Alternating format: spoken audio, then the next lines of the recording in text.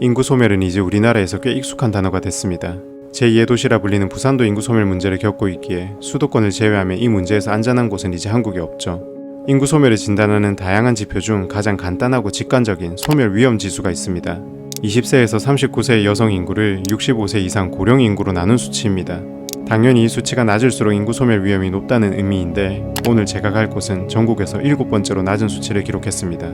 사실상 인구 감소 지역으로 지정된 곳들은 그 순위를 나누는 것이 무의미할 만큼 모두 인구 소멸 위험이 높은 지역이라는 걸 상징하죠. 게다가 이곳은 지난 봄 한국 최악의 산불이라 불리는 경북 산불에 직접적인 피해를 입은 지역이기도 합니다. 산불은 이제 꺼졌지만 무자비했던 화마가 남긴 상처는 여전히 이곳을 힘들게 하고 있죠. 그럼에도 이곳이 가진 천혜의 자연경관은 너무나도 아름다워서 도시 자체가 유네스코의 인정을 받아 관리되고 있는데요. 오늘 저는 이렇듯 여러 위기를 겪고 있는 경상북도 청송을 여행해 보려고 합니다.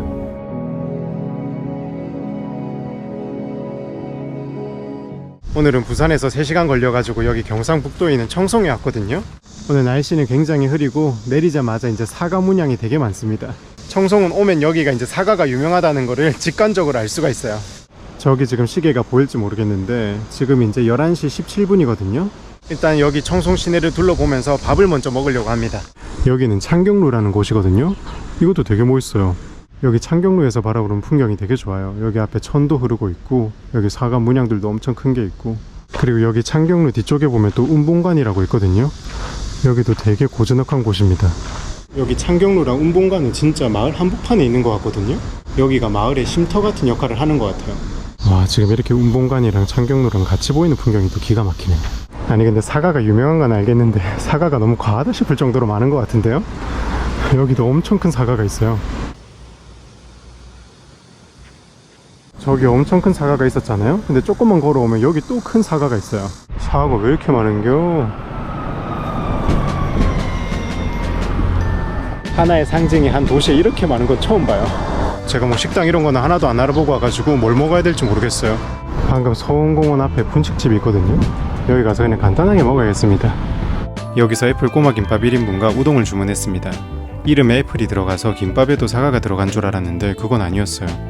그냥 가게 이름에 애플이 들어간 거더라고요. 가볍게 배를 채우고 나왔습니다. 축구공보다 더 큰 이게 날아가지고 일로 살이 붙어버리니까 거리가 덩거리가 2kg가 날아갑니다. 방금 여기 들어가서 음료 한 잔 얻어먹고 왔는데 이거 산불 문제가 생각보다 심각하네요. 그리고 지금 여기는 청송 향교구, 옆에는 청송 군청인데 이 뒤쪽에 있는 산이 보면 좀 색깔이 이상합니다. 되게 까매요. 저것도 이제 산불 때문에 저렇게 된 거 아닌가 싶거든요. 여기도 보면 예쁜 집이 하나 있는데 여기도 문화재 같은 느낌입니다. 그냥 마을 곳곳에 이렇게 편하게 앉아서 쉴 수 있는 데가 있다는 게 너무 좋은데요. 제가 여기 청송 시내를 좀 걸어봤는데요. 청송에 대해서 관심을 가져야 하는 시기가 온 것 같다라는 생각이 들거든요. 왜냐면 일단 청송 인구가 예전에는 4만 명이 육박할 정도였다고 하는데 지금은 2만 4천 명 정도밖에 안 된다고 합니다.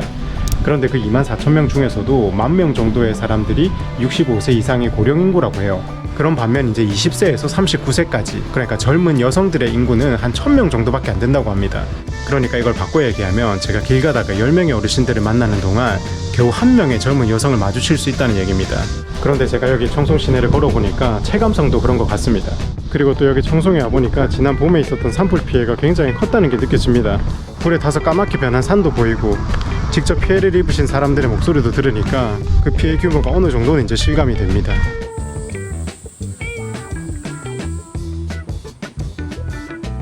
여기 청송은 아예 이렇게 유네스코 마크가 딱딱딱 박혀 있습니다. 여기도 이제 세계 지질공원으로 등재가 됐거든요. 오늘 오길 잘했다고 생각이 드는 게 이제 낮 되니까 해도 떴어요. 그래서 경치도 엄청 좋을 것 같아요. 아니 근데 여기 중앙산 국립공원으로 가는 길에 식당이나 카페가 되게 많아가지고 이쪽에서 밥 먹어도 될 것 같아요. 아니 솔직히 여기는 입구에만 와도 다른 관광지보다 풍경이 더 좋아요. 이쪽으로 오면 이제 오른쪽에도 음식점이 쫙 있거든요. 여기를 조금만 걸어서 가면 이제 대전사라고 절이 나옵니다. 여기 중앙산에 오면 제일 먼저 보게 되는 곳이 대전사예요. 이제 대전사 다 왔습니다.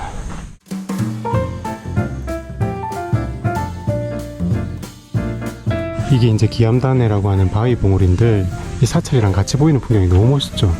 이 기암단해가 이제 5손가락이나 왕관을 닮았다고 하거든요. 그래서 그런지 그 시계 롤렉스 모양 같기도 해요. 주황산이 무려 6천만 년 전에 일어난 화산 활동으로 만들어진 산이거든요. 그래서 여기에 되게 신비로운 경관들이 많습니다. 그 대표적인 게 이제 방금 본 기암단해고요. 이거는 작은 기암단해 같은데요. 그리고 오늘이 구름이 살짝 낀 날씨여서 산책하기는 더 좋습니다.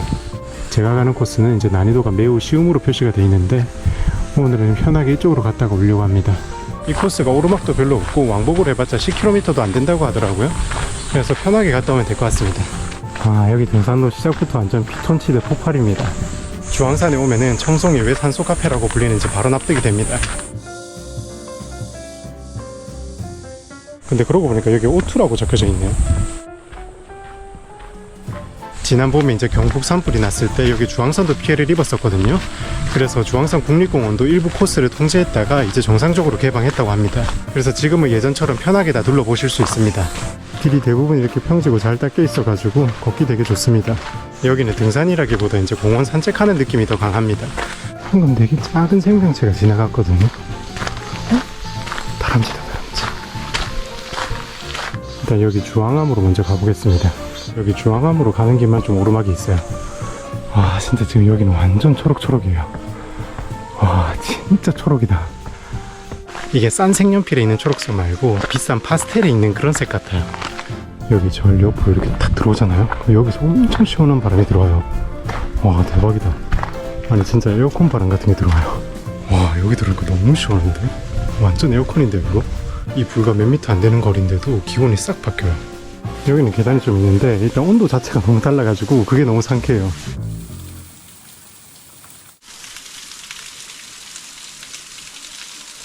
여기서 기도를 좀 하고 와야겠습니다. 최근에 어디 좋은 곳에 가서 기도 드리고 싶다 이런 생각을 했었거든요. 그런데 마침 여기 오길 잘한 것 같습니다. 여기 주황산 산신께 기도 드리고 왔어요. 여기 산책로에 이렇게 나무가 있는데 여기 나무에는 이렇게 물이 고여 있어요.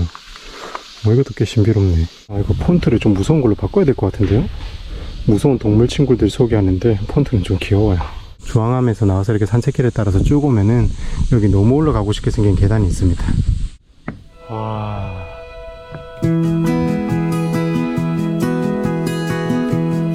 제 뒤에 있는 이 풍경이 객관적으로 봐도 너무 멋있잖아요? 여기 주황산이 이제 설악산, 월출산이랑 더불어서 우리나라 3대 암산으로 불린다고 합니다. 우리나라 3대 암산 클라스입니다. 주황산이 진짜 하이라이트라고 하는 용추폭포는 아직 보지도 않았는데 이거 자체가 너무 멋있어요.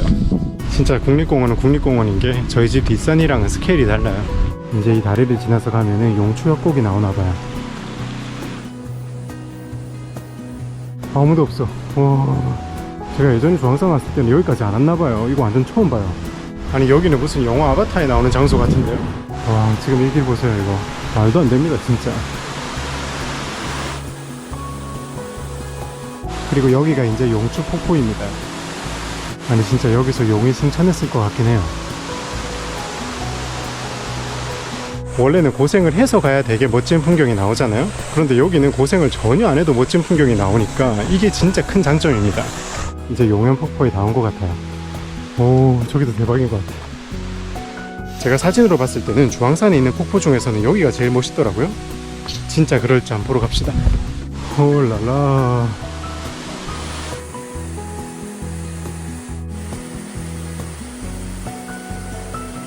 제가 안내문을 읽어보니까 이 폭포가 좀 미친 것 같아요. 지금 옆에 보면 움푹 파인 공간이 이제 3개가 있잖아요. 이걸 이제 하식동굴이라고 한대요. 제가 지질학에 대해서는 잘 모르는데 안내문에 적힌 거를 이해한 바로는 원래는 폭포가 이 앞쪽으로 떨어지고 있었던 것 같아요. 이제 폭포가 떨어지니까 물이 강하게 튀거나 그러겠죠. 그래서 이제 폭포수가 떨어지는 주변에 이제 약한 부분들이 깎이면서 동굴이 만들어진 것 같아요. 그런데 중요한 건 폭포가 흐르는 곳도 계속 물이 흐른다는 거니까 이 폭포면도 점진적으로 물에 의해서 침식이 되면서 뒤로 밀려나는 거예요. 그래서 이제 뒤쪽에서 폭포수가 떨어지다 보니 옆쪽에도 이제 하식동굴이 생겼다는 겁니다. 이건 제가 제대로 이해한 건지는 모르겠는데 여기 안내문에 적힌 거를 바탕으로 제가 상상을 해봤을 때는 그렇게 만들어진 것 같아요. 여기는 폭포 자체도 되게 멋있는데 이 하식동굴이 되게 신기해요. 그리고 여기를 내려가서 또 폭포를 볼 수 있다고 하거든요. 한번 내려가 볼게요. 아까 용추도 그렇고 여기 용연도 그렇고 막 용이 승천하고 용이 잠들고 이랬다고 하면 되게 거창하게 들리잖아요. 그런데 여기는 그 단어들이 되게 오바스럽지가 않습니다. 진짜 용이 승천하고 용이 잠들었을 법해요. 그리고 이 길을 따라서 쭉 내려오면 여기서도 이제 폭포를 볼 수가 있어요. 여기서 보면 폭포가 하나로 보여요. 아까 저기서 한번 흘러내리고 멈췄다가 다시 내려오는 거잖아요. 근데 여기서 보면 진짜 완전 하나로 보입니다. 이렇게 풍경이 좋은데 이 풍경 감상을 방해하는 애들이 있어요. 에이씨, 저리 가. 다람쥐 또 발견. 야, 같이 가. 어디가? 아까 주황산이 설악산, 월출산이랑 더불어서 우리나라 3대 암산이라고 했잖아요. 여기 이제 주황산에는 3대 폭포가 있거든요. 아까 용추폭포, 용연폭포, 그리고 여기 절구폭포입니다. 이제 3대 폭포니까 다 보고 가야죠. 절구폭포는 조금 깊숙한 곳에 있나 본데요. 이 세 개 폭포가 다 다른 스타일이어가지고 보는 재미가 있습니다. 사람들 진짜 기가 막히게 세워놨다, 그죠? 오, 이제 뭔가 다 온 것 같은데요? 아, 근데 확실히 절구폭포는 이름이 좀 직관적이네요. 진짜 여기가 되게 절구 같아요. 오, 물고기가 있어요. 근데 얘 약간 좀 생명력을 잃은 것 같은데? 이 파리 새끼들, 이 파리들은 다 수명을 없애고 싶은데, 아우, 와, 벌레가 너무 많다. 와, 이제 주황산 3대 폭포도 다 봤으니까 이제 내려가 봐야겠어요. 이 벌레들아, 이제 그만 보자. 근데 확실히 이 정도만 나와도 벌레가 좀 덜 붙거든요? 근데 진짜 폭포 쪽 가면 엄청 붙습니다. 또 붙네. 근데 갑자기 궁금한 게 이 벌레들은 저한테 왜 붙는 거죠? 모기처럼 제 피를 빨아먹거나 이런 목적이 있는 것도 아니고 그냥 저 괴롭히려고 이렇게 들러붙는 것처럼 왜 이러는 거지? 이제 가기 전에 용추폭포 한 번 더 보고 갑시다. 근데 이 좋은 곳에 사람이 진짜 없죠. 올라올 때도 거의 없었는데 내려갈 때는 아예 없어요. 확실히 하이라이트는 여기 용추폭포가 많네요. 이 협곡이랑 너무 멋있어. 이게 진짜 국내라고? 여기서 제가 썸네일 찍는다고 좀 있어 봤거든요. 몇 분이 지나도 아무도 안 지나다닙니다. 그런데 이제 날 좀 풀리고 가을 되고 이러면 여기 엄청 많이 오실 것 같아요. 여기가 이제 가을 명소로는 워낙 유명하니까 이제 가을 되면 많은 분들이 찾지 않을까 이런 생각이 듭니다. 이 바위도 엄청 특이하게 생겼죠. 이게 이제 떡을 찌는 시루를 닮았다고 해서 이제 시루봉으로 불리거든요. 근데 시루는 제가 어떻게 생겼는지 잘 몰라가지고 와닿는 이름은 아닌데 그냥 제 친구 닮았어요. 지금 다시 여기 대전사에 도착했거든요. 근데 지금 시간이 이제 5시 20분이에요. 제가 아까 2시쯤 대전사에 들어왔거든요. 그러니까 한 3시간 정도 걸린 겁니다. 근데 여기도 벌레가 많아가지고 얼른 나가야겠습니다. 오늘이 8월 13일인데 이제 이틀 뒤가 광복절이잖아요. 그런데 여기 청송에 마침 항일의병 기념공원이 있더라고요. 여기 보니까 이제 무명 의병용사 충원탑이 있습니다. 발음이 왜 이렇게 힘드냐. 이제 이름 모를 의병들을 기리는 탑인 것 같아요. 그리고 충원탑 뒤에 보면은 의병 당신이 있었기에 오늘의 대한민국이 있습니다 이렇게 쓰여져 있어요. 그리고 여기 위에 기념관이 있더라고요. 그런데 이 기념관은 제가 시간을 잘못 계산해서 지금 마쳤을 것 같아요. 저녁 6시에 문 닫는데 지금 저녁 6시 다 됐거든요. 이거 보고 싶은데 한 발 늦었어요. 지금이 5시 55분이거든요 이제 여기가 전시관 입구라고 돼 있거든요. 다음에 누가 저 대신 오시면은 꼭 봐주세요. 너무 좋을 것 같습니다. 여러분들 진짜 못 떨어지게 해놨습니다. 와, 여기저기 이름을 보세요. 진짜 많습니다. 여기가 이제 항일의병 기념관이잖아요. 그러니까 비단 일제강점기에 이루어졌던 의병 활동뿐만이 아니라 그 전 시대에도 이루어졌던 의병 활동들을 모두 이제 전시해놨다고 하더라고요. 그래서 이 기념관을 보고 싶었는데 문을 닫아가지고 되게 아쉽습니다. 이제 일몰 시간이 다 돼가거든요. 여기도 부지런히 가봐야겠습니다. 여기는 이번에 제가 꼭 오고 싶었던 백석탄 포토홀이거든요. 여긴 것 같거든요. 내려가 볼게요. 오, 대박. 와, 이거 대박이다 이거. 벌레도 대박이고. 여기가 이제 발음하기 너무 어려운데 백석탄 포토홀이잖아요. 백석탄은 여기 돌이 하얘서 그런 것 같고, 포토홀은 말 그대로 항아리처럼 생긴 구멍을 얘기하거든요. 여기 보면 이제 동그랗게 파져 있는 구멍들이 있을 거예요. 어우, 벌레야 이씨. 지금 이런 거 다 포토홀 아닌가요? 제가 잘 몰라가지고. 이거 보니까 진짜 항아리처럼 생겼죠. 그래서 이렇게 항아리처럼 생긴 구멍을 포토홀이라고 하는 것 같아요. 여기 이런 데도 보면 되게 구멍이 많죠. 해질 때가 다 돼서 그런지 이 벌레들도 미쳐서 발광하는 것 같아요. 마지막으로 여기 풍경을 쫙 담고 가겠습니다. 이거 뱀을 조심한다고 조심해집니까 이거? 가기 아쉬워가지고 여기 보니까 전망대처럼 있더라고요. 여기서 보면 경치가 좋을 것 같아서 한번 올라와 봤습니다. 저는 개인적으로 유네스코를 좀 좋아하거든요. 그래서 유네스코 관련된 곳들을 꽤 가봤는데 갈 때마다 다 좋았어요. 그래서 유네스코 세계유산이든 유네스코 지질공원이든 어떠한 형태로든 이제 유네스코에 등재가 됐다면 믿고 와도 될 것 같아요. 그럼 오늘 청송여행은 여기서 끝.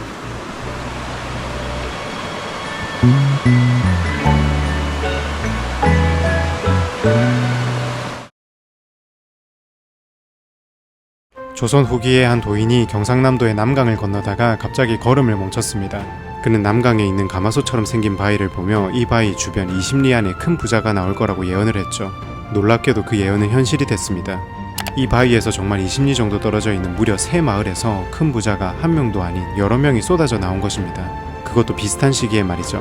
이들은 모두 대한민국 굴지의 기업을 만들어 엄청난 부를 이뤘고, 공교롭게도 이들 기업의 이름에는 모두 별을 의미하는 성자가 들어갑니다. 기라성 같은 위대한 창업주들은 지금 이 세상에 없지만 이들이 세운 기업들은 한국이 세계적인 경제 대국으로 성장하는 데 큰 기여를 했죠. 이렇듯 대한민국 한강의 기적을 잇게 한 경상남도 남강의 부강한 기운을 지금 만나보려 합니다.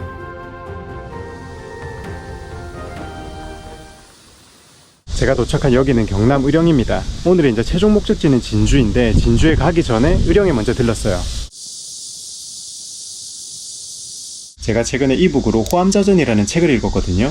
이제 이 책은 삼성전자의 창업주이신 호암 이병철 선생님의 자서전이에요. 되게 유익하고 좋은 책이었는데 심지어 무료로 읽을 수 있더라고요.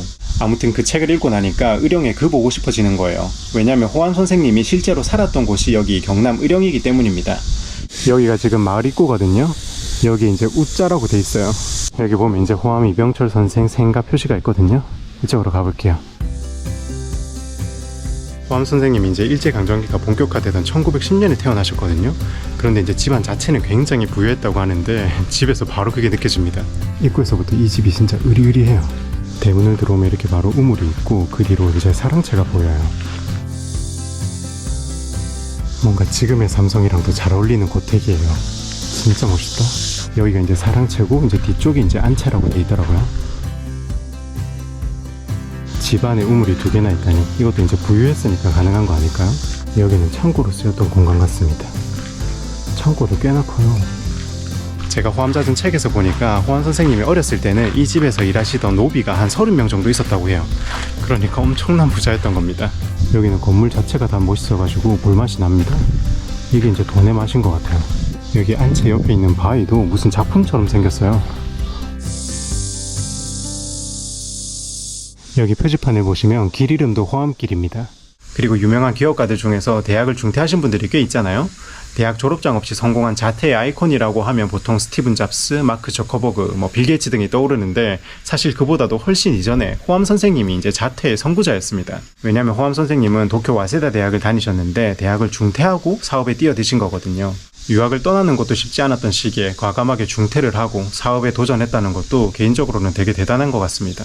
수분을 자주 섭취해 주시기 바랍니다. 이상 의령군청에서 알려드렸습니다. 갑자기 비가 떨어져. 오늘 비 예보 제대로 없었는데 왜 비가 떨어지는 거예요? 아니 날이 괜찮은데. 아까 작은 호암길 말고도 여기는 아예 호암 이병철 대로라고 이렇게 큰 길도 있네요. 확실히 이 마을의 상징은 이제 호암 선생님이네요. 이제 제가 인트로에서 소개해드렸던 솥바위에 닿았어요. 근데 여기 되게 예쁘게 해놨어요. 제가 인트로에서 말씀드렸다시피 여기를 지나던 한 도사가 이 바위 반경 20리 안에 부자가 끊이지 않는다고 예언을 했다는 겁니다. 근데 뭔가 이 바위를 보니까 예언 말이 온 느낌이긴 해요. 여기 고요하게 흐르는 남강이랑 신비로운 솥바위랑 이 풍경이 진짜 멋있긴 합니다. 그리고 여기를 보시면 사람들이 이제 소원을 적은 나무판도 있어요. 저기 나무 한 그루가 있는 것도 신기하고 이 바위 모양이 또 신발 같기도 합니다. 여기 보시면 동판이 있죠. 여기가 이제 바위의 기운이 가장 좋은 곳이라고 합니다. 이거를 밟으면 부자의 기운이 충전된다고 해요. 지금 여기는 이제 정암루로 가는 길인데, 여기 있는 바위도 되게 솥바위처럼 생겼어요. 이 두 개가 되게 비슷한 느낌입니다. 지금 이쪽에 서면은 솥바위가 되게 가깝게 보이거든요. 뭔가 그 도사님이 여기에 서서 예언을 했을 것 같아요. 이제 정암루에 닿았습니다. 여기서 보니까 이제 정암 철교가 되게 잘 보이네요.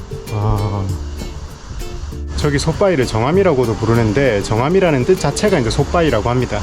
그래서 여기는 정암으로 된 이름들이 많아요. 여기도 정암루고 이 옆에 있는 다리도 정암철교입니다. 여기 정암루에서 보이는 풍경이 너무 좋죠. 저기는 보니까 곽재우 장군 동상도 있네요. 오, 멋있어. 이제 또 이동을 해서 다른 곳에 왔거든요. 여기도 솥바위에서 멀지 않은 곳입니다.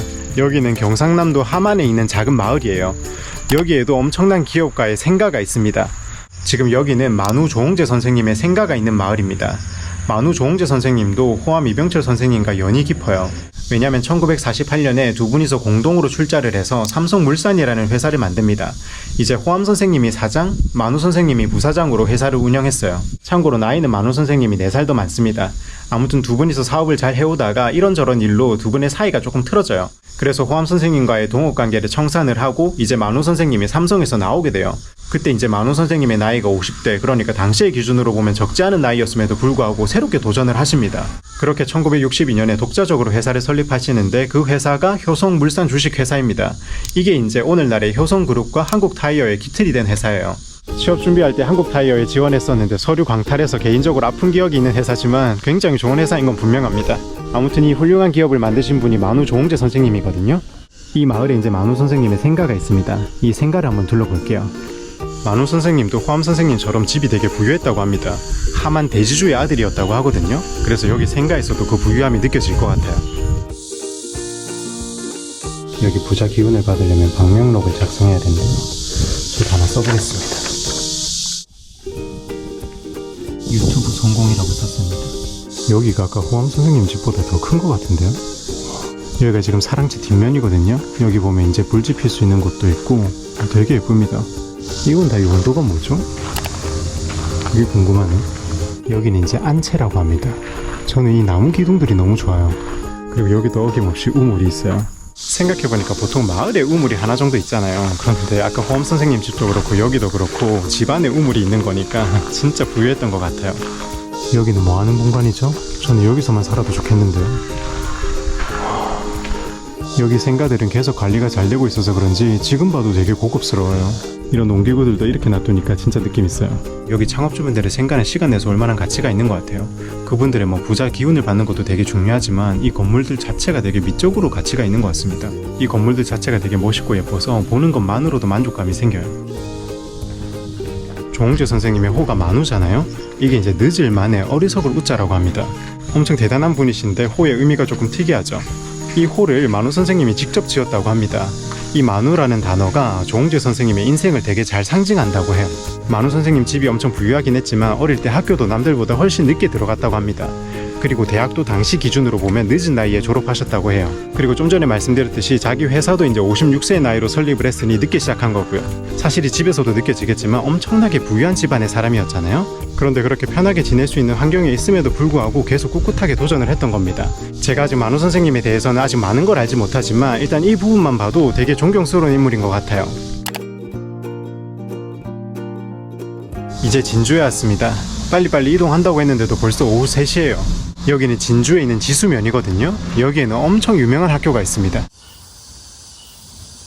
여기 학교 입구에는 한국 역사상 이제 올타임으로 유명한 사람들이 다 계시네요. 지금 이 건물이 이제 예전에는 지수초등학교로 쓰이던 건물인데 지금은 K기업가정신센터로 바뀌었습니다. 1921년 개교한 지수초등학교는 현재 근처의 다른 위치로 이전했지만 옛 학교의 모습을 유지한 채 이제는 K기업가정신센터로 새롭게 문을 열었습니다. 이 학교는 국내 최고의 기업가들을 배출한 것으로 유명하죠. 대표적으로 호암 이병철 선생님이 이 학교 출신이며 만우 조홍재 선생님은 이 학교에 다니진 않았지만 친구들을 만나기 위해 이곳에 자주 방문했다고 합니다.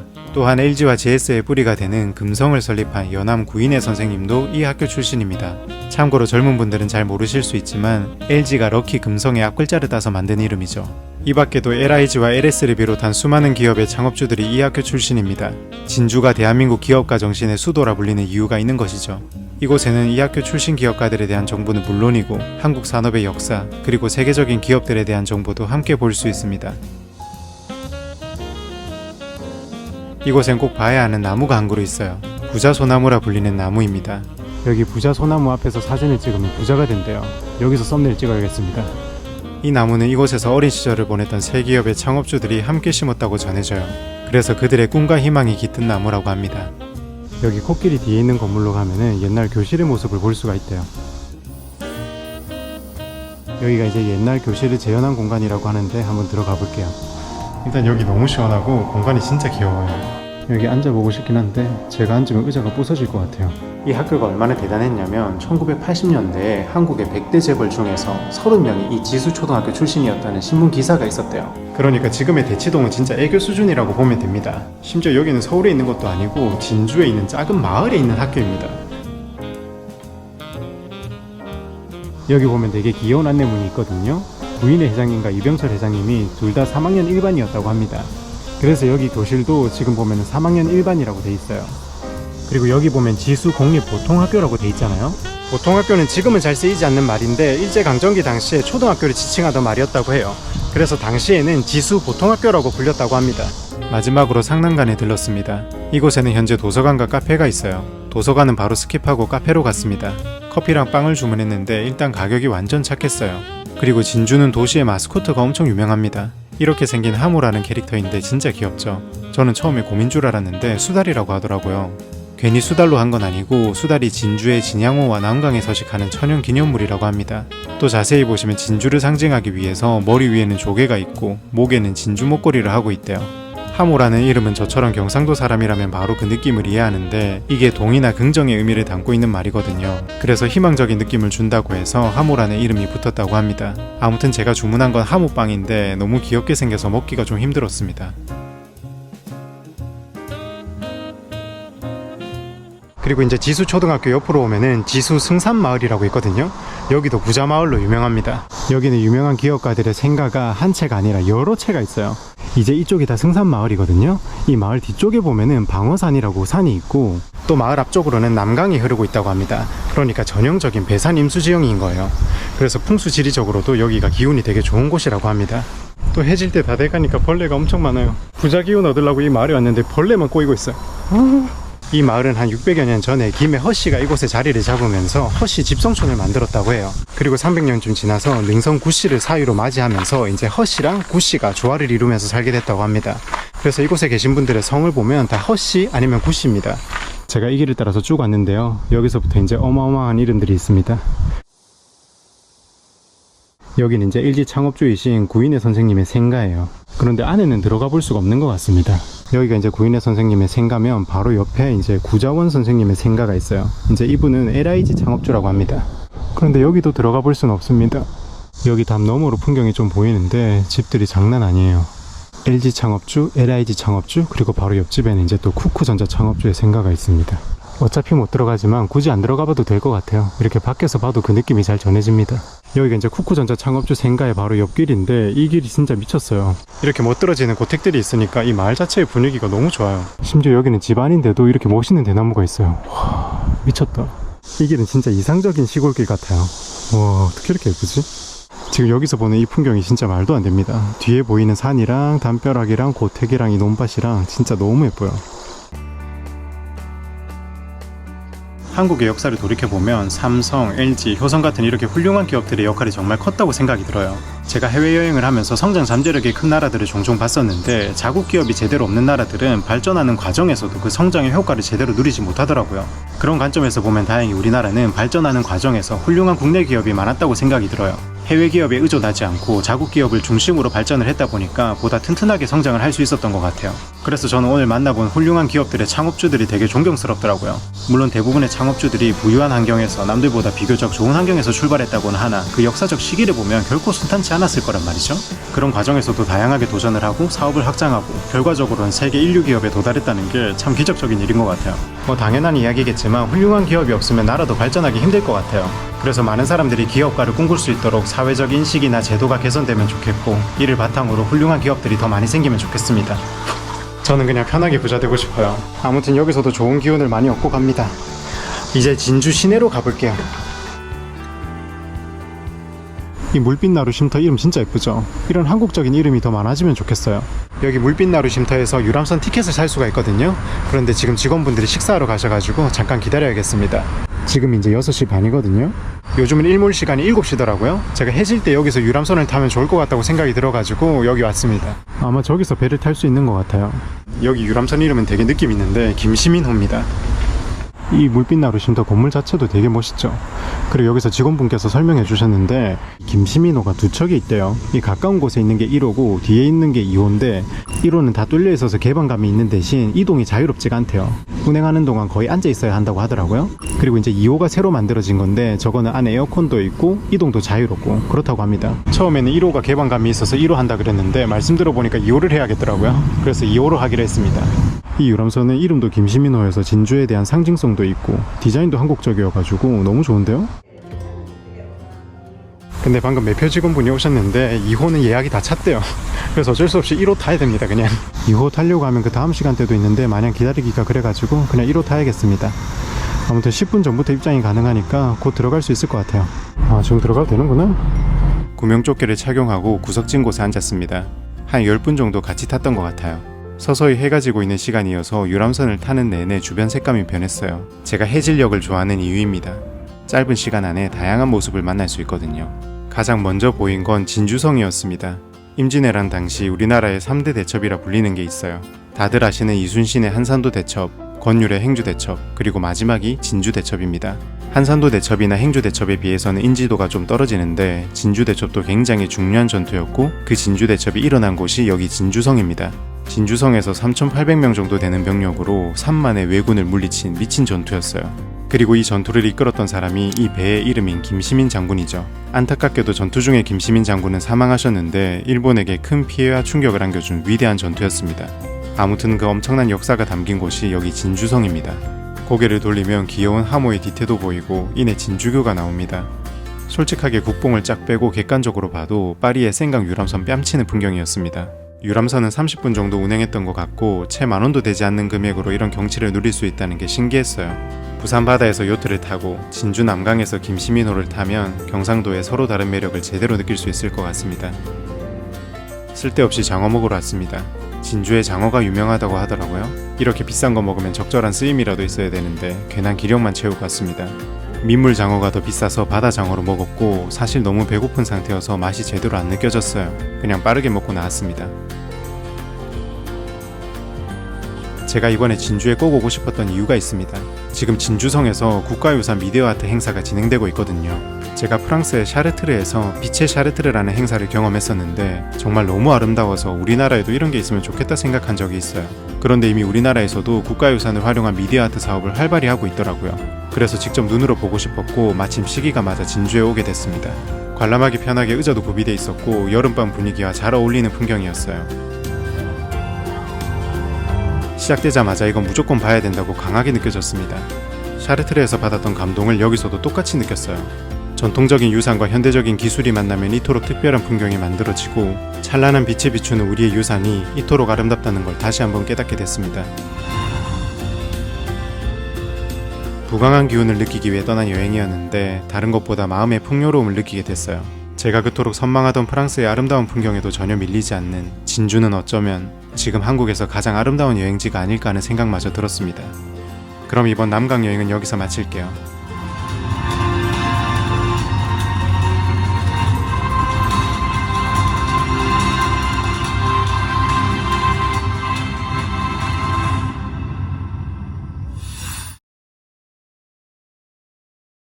불과 10여 년 전인 2010년대 한국에서 전성기를 누리던 도시가 있었습니다.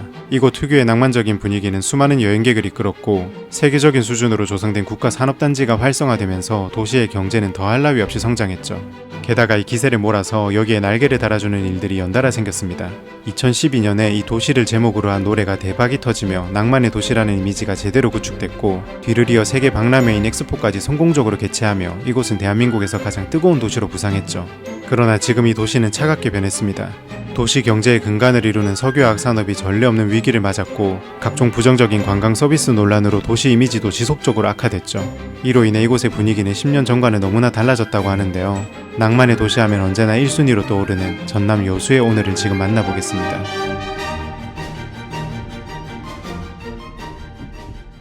오늘은 전남 여수에 왔습니다. 여기서 이 얘기 저 얘기 하면서 영상 찍었는데 매미 소리에 묻혀서 다 날려버렸습니다. 아무튼 제가 군대 전역하고 얼마 지나지 않아서 버스커의 여수 밤바다라는 노래가 나왔어요. 타이틀곡도 아니었는데 대박이 터져서 여수 자체도 덩달아 인기가 많아졌습니다. 그래서 제 20대 내내 여수는 굉장히 인기 있던 여행지였어요. 그리고 여수가 석유화학 산업이 굉장히 유명한 도시인데 2010년대만 해도 중국이 석유화학으로 치킨 게임을 하기 전이라 우리나라 석유화학 기업들이 세계적으로 잘 나갔습니다. 그래서 여수 관광이며 산업이며 할 거 없이 여수 자체의 분위기가 엄청 좋았던 걸로 기억해요. 또 2012년에 여수에서 엑스포를 유치하면서 도시 자체의 관광 인프라가 엄청 개선됐습니다. 기차역도 잘 돼 있고 주변 관광지도 잘 조성됐고요. 그런데 요즘은 이 모든 게 다 위기라고 합니다. 일단 여수에 도착하자마자 여수 국가산업단지로 왔습니다. 여기가 여수 경제의 중심이고 석유화학 회사들이 몰려있는 곳입니다. 여기를 둘러보면서 좀 더 얘기를 드릴게요. 여수에서 석유화학의 위기를 가장 잘 보여주는 곳이 여천 NCC입니다. NCC는 나프타 크래킹 센터라고 해서 나프타 분해 설비를 갖춘 곳이라고 해요. 여기가 나프타를 분해해서 에틸렌을 주로 생산하는 기업인데 이 회사에서 2022년부터 쌓인 누적 적자가 8천억 원이 넘는다고 합니다. 한때는 직원들 평균 연봉이 우리나라에서 가장 높은 기업 중 하나였는데 이제는 가까스로 부도 위기는 면했다고는 하나 상황이 좋지 않다고 해요. 또한 석유화학 산업은 공장 가동률이 매우 중요한 산업입니다. 공장을 짓는데 비용이 많이 들기 때문에 뽕을 뽑으려면 공장을 엄청 빡세게 돌려야 된다고 해요. 그래서 보통 85% 이상의 공장 가동률이 돼야 괜찮은 건데 요즘은 공장을 돌리는 게 더 손해라서 공장 가동 자체를 멈춘 곳도 생겼다고 합니다. 석유화학은 여수뿐만 아니라 우리나라 전체 경제에 큰 영향을 미치는 산업이죠. 우리나라의 근간이 되는 산업이자 철강과 함께 한국 제조업을 이끈 분야입니다. 심지어 석유화학 위기가 공공연하게 알려진 작년 2024년에도 석유화학이 우리나라 경제에 기여한 게 반도체에 이어 2위였습니다. 자동차보다 높은 수준이었죠. 이렇듯 국가 경제에 굉장히 중요한 산업이기에 석유화학 위기는 국가적 위기이기도 합니다. 따라서 정부는 여수를 산업위기지역으로 지정하였고 이에 따라 산업 전반의 구조조정은 불가피한 상황에 이르렀죠. 확실히 공장 가까운 데 오니까 냄새가 많이 나네요. 저야 이 분야에 대해 아는 것이 없어서 이곳을 둘러본다고 해도 크게 느껴지는 건 딱히 없었습니다. 다만 엄청나게 많은 분들이 관여된 산업이라는 건 피부로 느껴졌어요. 물론 변화에는 고통이 따르겠지만 우리나라 석유화학 산업이 보다 건설적인 방향으로 발전하면 좋겠습니다. 저는 지금 여수에 있는 웅천지구에 왔습니다. 여기는 여수시에서 수천억을 투자해서 만든 신도시라고 해요. 여기는 확실히 신도시라서 그런지 분위기가 좋아요. 이렇게 막 고급 아파트도 있고 앞에 바다도 있고 기가 막힙니다. 지금 여기 앞에 있는 건 두력도라고 하는데 무인도 같아요. 바다랑 가까운 신도시라서 그런지 부산의 마린시티 같은 느낌도 납니다. 물론 지금이 한여름에 대낮이긴 하지만 사람이 너무 없어요. 진짜 조용합니다. 상가 건물 자체가 지어진 지 얼마 안 돼서 그런지 모르겠는데 일단 1층은 다 임대입니다. 아무것도 안 들어와 있어요. 이 상가는 3층에 인기가 있나봐요. 3층은 전부 다 임대 완료라고 되어 있고 나머지는 뭐 30%, 70%? 지금 이 상가가 이 건물인가봐요. 이렇게 다 들어차면 되게 보기 좋을 것 같은데요. 이 옆은 아직 뭐가 안 들어온 것 같고 이쪽은 이제 카페가 들어오는 것 같습니다. 여기서 봐도 바다가 바로 보여가지고 위치 자체는 진짜 좋습니다. 원래라면 공실이 절대 들 수 없는 그런 뷰인 것 같아요. 웅천지구에 있는 여러 상가에서 공실을 어렵지 않게 볼 수 있었습니다. 주로 1층이 다 비어있다는 게 특징적이었어요. 지금 여기 바다 바로 옆에는 호텔인지 아파트인지 엄청 좋은 건물이 있습니다. 주상복합인 것 같은데 건물이 진짜 좋아요. 근데 여기도 밑에 보면 다 임대예요. 쫙 임대입니다. 아파트 이름이 포레나 여수 웅천 D 아일랜드. 딱 요새 아파트 이름 왜 이리 어렵노? 제가 부산의 에코 델타시티에서도 느꼈지만 신도시에서 가장 먼저 활성화되는 건 학원인 것 같아요. 여기도 곳곳에 공실이 있긴 하지만 학원은 빼곡하고 다양하게 자리 잡고 있었습니다. 여기는 또 요트 타는 데도 있어요. 진짜 기가 막히는데요? 이곳은 그 유명한 성수동 트리마제 다음으로 트리마제 브랜드가 적용된 한국의 두 번째 단지이며 오피스텔과 생활 숙박시설이 있는 복합 주거시설이라고 합니다. 여기에는 벨마리몰이라는 상업시설 공간이 있는데 아직은 꽤나 썰렁했습니다. 뒤 아파트는 자이고 이거는 이제 트리마제인데 아파트들은 진짜 좋아 보입니다. 그런데 여기도 상가들은 거의 다 공실이에요. 인터넷에서 본 사진과는 너무 다른 풍경이라 느낌이 좀 이상했습니다. 트리마제를 포함한 이 주변 일대는 굉장히 살기 좋은 곳이라고 느껴졌어요. 큰 공원도 있고 바다도 있고 심지어 여수 시립박물관도 올해 웅천동에서 문을 열 예정이라고 합니다. 따라서 거주 환경은 객관적으로 봐도 너무 좋은 곳이었어요. 그러나 석유화학 같은 도시의 근간이 위태로우면 이런 신도시의 생태계도 그 영향으로부터 자유로울 수 없겠죠. 아무쪼록 사진에서 본 모습처럼 많은 사람들이 북적이는 생기 있는 상권이 형성되면 좋겠습니다. 이곳은 여수의 낭만을 상징하는 곳입니다.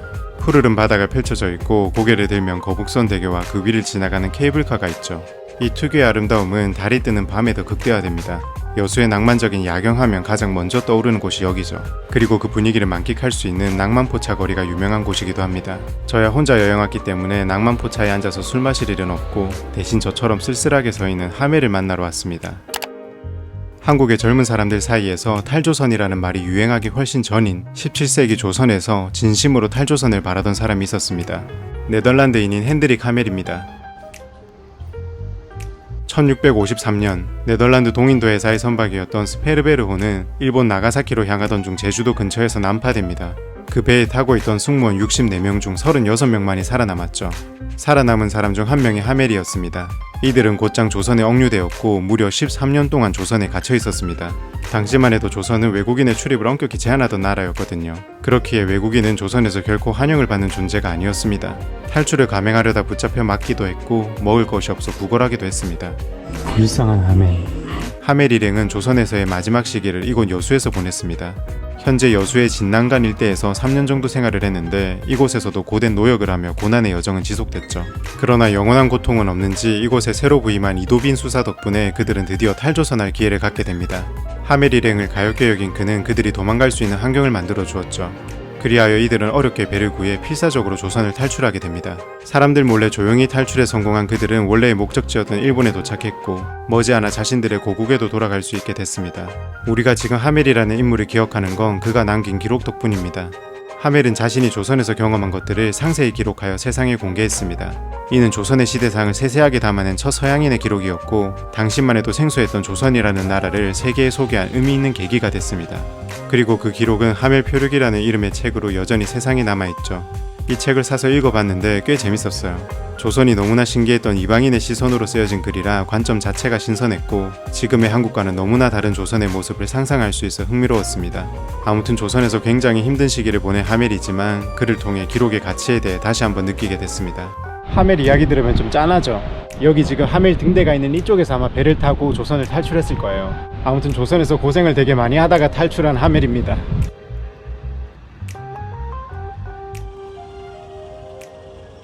여기가 예전에는 시멘트 저장 창고로 쓰이던 곳이래요. 와, 진짜 큽니다.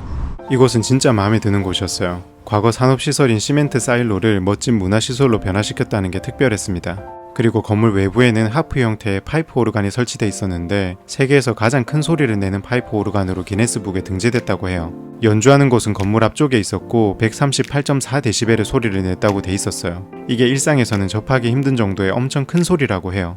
찾아보니까 제트기 엔진 소리와 비슷한 정도라고 하고 이 파이프 오르간 소리가 반경 6km까지 퍼진다고 합니다. 아무튼 이런 신기한 파이프 오르간 아래쪽 입구로 들어가면 가장 먼저 1층에 미디어 아트 전시관이 있습니다. 이곳 중앙에는 3개의 반원 형태로 된 워터 커튼이 설치되어 있는데 이는 동해, 서해, 남해 이렇게 3면이 바다와 접한 대한민국을 상징한다고 해요. 여기를 지나면 엘리베이터를 탈 수 있고 20층 전망대로 바로 이동이 가능합니다.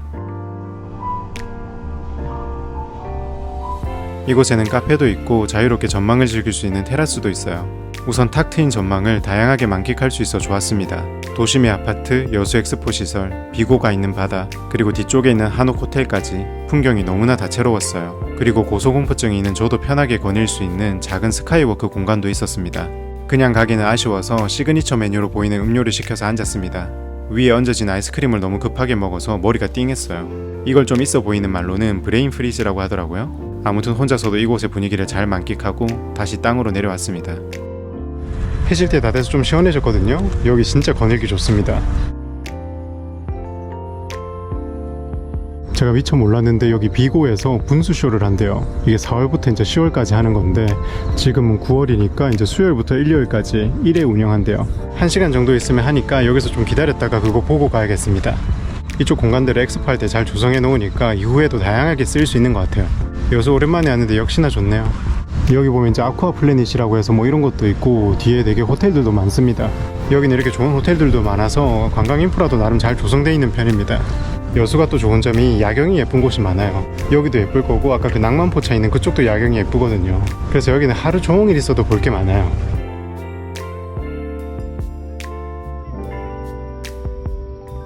여기 구석진 곳에 쭈구리처럼 앉았습니다.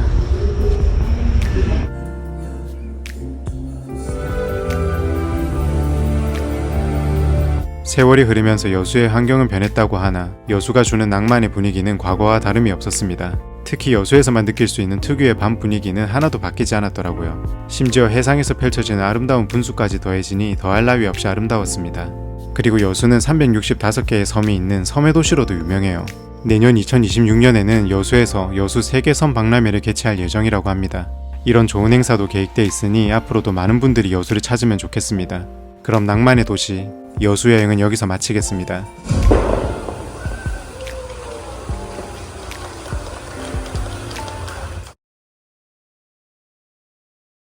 제주도 여행이 대중화되기 전 우리 국민들의 여행 1순위는 언제나 경주였습니다. 수학여행의 상징이기도 했죠. 특히 부산 사람들에게 경주는 보다 친숙한 여행지입니다. 경주는 부산에서 1시간 내외로 이동할 수 있는 가까운 거리에 있고 부산과는 확연히 다른 분위기를 가지고 있어 부산 사람들에게 너무나 매력적인 여행지죠. 그리고 이 두 도시를 연결하는 새로운 공통점도 생겼습니다.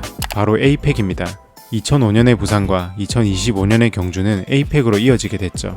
이번 영상에선 에이펙을 중심으로 두 도시를 여행해 보겠습니다. 우선 20년 전 에이펙 정상회의가 열렸던 부산의 동백섬으로 왔습니다. 동백섬은 이름처럼 원래 섬이었지만 이제는 육지와 연결된 육궤도입니다. 걸어서도 쉽게 이동이 가능하죠. 이날은 날씨가 완전 맑아서 풍경이 더 좋았어요. 역시 동백섬은 너무 좋아요. 여기 오면 완전 힐링입니다. 동백섬 입구부터 에이펙 관련 현수막이 있었고 조금만 걸어가면 누리마루 에이펙 하우스가 나옵니다. 산책하는 사람들과 더불어 여행 오신 분들도 꽤 많았어요. 주말에다가 에이펙 기간이어서 그런지 더 붐비는 느낌이었습니다. 안으로 들어가서 에이펙에 대해 간략히 알아볼게요. 이곳은 2005년 에이펙 정상회의가 열렸던 누리마루 에이펙 하우스입니다. 제1차 정상회의는 센텀시티에 있는 백스코에서 열렸고 제2차 정상회의가 이곳 동백섬에서 진행됐습니다. 즉 2005년에 부산 해운대구는 한국에서 가장 바쁜 곳이었죠. 다들 아시는 것처럼 에이펙은 아시아태평양 경제협력체를 의미합니다. 에이펙 본부는 싱가포르에 있고 총 21개의 경제국이 회원으로 속해 있습니다. 지정학을 좋아하는 사람에게 에이펙은 굉장히 흥미로운 국제기구죠. 우선 중국, 홍콩, 대만이 회원국으로 함께 소속돼 있습니다. 에이펙의 가입 기준이 주권 국가가 아닌 독립적인 경제 주체에 있기 때문에 가능한 일이죠. 또한 미국과 중국이라는 세계 경제의 양대 산맥을 이루는 두 국가가 모두 포함되어 있습니다. 태평양을 중심으로 모인 국가들이자 제 기준에선 세계의 중심이 되는 국가들의 모임이기도 하죠. 실제로 에이펙 회원국들의 GDP를 합치면 전 세계 GDP의 약 60% 정도를 차지하고 있습니다. 그만큼 엄청난 규모의 경제협력체인 거죠. 에이펙 정상회의는 매년 개최되고 회원국들이 번갈아 가며 회의를 유치하게 됩니다. 2005년 부산에서 이루어진 에이펙 정상회의는 한국 역사에 있어 굉장히 중요한 계기가 됐습니다. 일단 부산을 배경으로 우리나라 고유의 의상인 두루마기를 입은 각국 지도자들의 다소 귀여운 기념사진이 남았고 2002년 월드컵 이후 한국을 다시 한번 세계 무대에 선보이게 됐죠. 에이펙 정상회의는 단순한 외교적 무대에 그치지 않습니다. 이를 통해 국가적인 문화를 알릴 수 있고 개최 도시의 이미지 제고에도 큰 도움이 되죠. 또한 시민들은 회의가 끝난 이후에도 에이펙의 유산을 일상에서 누릴 수 있습니다. 지금 제가 있는 동백섬도 누리마루 에이펙 하우스가 생긴 이후 더 많은 사람들이 찾는 장소로 발전했습니다. 게다가 수영 강변에 조성된 아름다운 공원이 있죠. 이 공원은 에이펙 나루 공원입니다. 부산에서 에이펙 정상회의를 유치한 기념으로 만들어진 공원이죠. 이렇듯 에이펙 정상회의를 유치하는 건 그 나라와 그 도시의 새로운 기회가 됩니다. 그럼 이제 2005년의 부산처럼 새로운 기회를 맞이하는 2025년의 경주를 만나러 가보겠습니다. 저는 지금 경주에 왔거든요. 그런데 이제 에이펙이 일주일도 안 남아서 그런지 여기는 도시 전체가 그냥 에이펙입니다. 그리고 제가 지금 도착한 여기는 에이펙 정상회의가 열리는 경주 하백 컨벤션 센터입니다. 이미 경주로 오는 길부터 에이펙 분위기가 느껴졌습니다. 부산에서 경주로 가는 길에 언양휴게소에 잠깐 들렀는데 거기에도 에이펙 관련 문구들이 곳곳에 있더라고요. 그리고 경주 에이펙의 주 무대가 되는 보문 관광단지로 들어서니 에이펙 준비로 매우 분주한 느낌이었습니다. 하이코라고도 불리는 경주 하백 컨벤션 센터는 깔끔하게 정돈돼 있었고 주변엔 이미 각종 방송사의 중계석도 설치돼 있었습니다. 인도에도 행사 구조물들이 즐비해 있고 신호등에도 에이펙 안내판이 꾸며져 있었죠. 그리고 찍을 때 몰랐는데 여기는 이미 트럼프 대통령이 머물렀던 곳으로 알려진 힐튼 호텔 앞입니다. 아니 또 비가 내리거든요? 근데 진짜 제가 나올 때마다 요즘 비가 와요. 비를 맞으면서 도착한 이 호텔은 이번 에이펙 행사의 공식 만찬장으로 알려진 라한 셀렉트 경주 호텔입니다. 이번에는 어떤 음식들이 선보이게 될지 괜히 궁금하네요. 이렇듯 경주 보문단지는 새로운 역사를 만들어갈 준비를 마치고 있었습니다. 경주는 또 부산이랑은 느낌이 완전 다른 도시잖아요? 그래서 경주에서 열리는 에이펙 정상회의도 되게 기대가 됩니다. 이제 경주에서 사람들이 가장 붐비는 곳으로 가보겠습니다. 황리단길 쪽으로 왔는데 이곳에선 에이펙 분위기가 그리 많이 느껴지진 않았습니다. 도로 통제 안내 정도가 부착돼 있었고 도심의 풍경은 여느 때와 크게 다르지 않았어요. 황리단길엔 사람들이 너무 많아서 저는 옆쪽으로 조금 이동했습니다. 제가 좋아하는 유현준 교수님의 건축사무소에서 설계한 오하르 미술관입니다. 세계 최초 왕릉뷰 미술관으로도 알려져 있는데 올해 개관 소식을 들은 이후로 줄곧 오고 싶더라고요. 요점부터 얘기 드리면 여기는 이제 경주에 오신다면 무조건 방문해야 하는 곳입니다. 우선 1층에서 관람권을 구입하여 2층 전시장으로 바로 올라갑니다. 왕릉이 보이는 곳에서 전시를 쭉 만끽하면 돼요. 세계 어느 미술관에서도 보지 못한 풍경이라 머무는 내내 마음이 들떴습니다. 작품이며 창밖 풍경이며 사방이 모두 전시 공간처럼 느껴졌어요. 이곳에선 움직이는 모든 시선이 곧 작품이 됩니다. 그리고 3층 전망대로 올라갈 수 있습니다. 전망대 공간이 넓은 건 아니었지만 이곳에 있으면 미술관을 둘러싼 경주의 다양한 모습이 펼쳐집니다. 경주의 복합적인 매력을 여기서 확인할 수 있었어요. 그리고 다시 내려가 1층으로 갑니다. 1층에는 작은 전시 공간과 카페가 공존하고 있습니다. 여기에 앉아서 커피를 마시면 커피 맛이 약 2.5배 더 좋아집니다. 다만 저처럼 솔로에겐 외로움도 약 2.5배 더 커지는 부작용도 있죠. 미술관에 나와 산책을 조금 했어요. 이날 경주의 색감이 정말 좋았습니다. 영상을 찍기만 해도 화질이 좋아지는 것 같고 보기만 해도 시력이 좋아질 것 같은 가을의 경주였습니다. 그런데 이곳에선 에이펙 분위기가 잘 느껴지지 않아서 다시 보문 관광단지로 이동했습니다. 경주 엑스포 대공원은 오랫동안 경주의 명소로 자리매김한 곳입니다. 입장료를 내고 안으로 들어갔어요. 가장 먼저 시선을 끄는 건 역시 경주타워입니다. 황룡사 9층 목탑의 모습을 음각으로 디자인한 경주타워는 신라의 역사를 현대적으로 구현한 상징적인 건물이죠. 경주타워의 높이가 82m인데 실제 황룡사 9층 목탑의 높이도 이와 비슷한 규모였다고 합니다. 건축가 이타미준 선생님이 설계한 건물이고 그의 독창성이 돋보이는 작품이죠. 이곳에 올라가 에이펙에 대해 조금 더 말씀드리겠습니다. 에이펙은 그 이름처럼 경제협력에 보다 집중하는 국제기구입니다. 따라서 정치 리더들만 모이는 자리가 아니라 각국의 경제 리더들도 한자리에 모이게 되죠. 에이펙 CEO 서밋이 그 대표적인 행사입니다. 엔비디아의 CEO 젠슨 황이 이를 위해 한국을 찾았고 약 1,700여 명의 CEO들이 집결할 걸로 예상하고 있죠. 이곳에선 경제와 관련된 장소들이 꽤 보였습니다. 에이펙을 통해 개최국의 기술을 선보이고 여러 나라의 기업들이 모여 협력할 수도 있죠. 이렇듯 에이펙은 경제에 있어서도 중요한 기회가 됩니다. 이제 경주타워를 내려가 특별한 전시를 보러 가보겠습니다. 요즘 날씨가 너무 좋아서 이렇게 거닐면 진짜 좋습니다. 이 산책길을 따라서 걸어가면 고즈넉한 분위기의 미술관이 등장합니다. 이곳에선 지금 신라 한양이라는 제목의 전시를 하고 있습니다. 에이펙 정상회의의 성공적인 개최를 기원하는 뜻에서 마련된 특별전이죠. 작품들이 정말 굉장했습니다. 예술을 잘 모르는 제가 봐도 압도적인 아름다움을 가진 작품들이 많았어요. 이상하게 국뽕이 차오르는 느낌의 전시였습니다. 자연과 조화를 이루는 공간도 좋았고 아름다움이 주는 기쁨도 느낄 수 있었어요. 한 작품 속에 이런 글귀가 있었습니다. 영혼 속에 찰나가 있는 것이 아니고 찰나 속에 영혼이 있다. 이 미술관에서 시간을 보내면 괜히 이 심오한 문장의 뜻을 이해할 것 같은 느낌마저 들었습니다. 여기 진짜 예쁘죠? 그리고 지금 해질 때여서 더 예뻐요. 여기 미술관 옆에 산책길 진짜 미쳤습니다. 와, 너무 좋아요. 여기는 입장료가 진짜 완전 해자입니다. 타워도 올라갈 수 있고 미술관도 갈 수 있고 여기 산책길까지 너무 잘 돼 있으니까 입장료가 진짜 싼 것 같아요. 와, 대박입니다 여기. 제가 이번에 경주에 오고 싶었던 마지막 이유를 만나러 갑니다.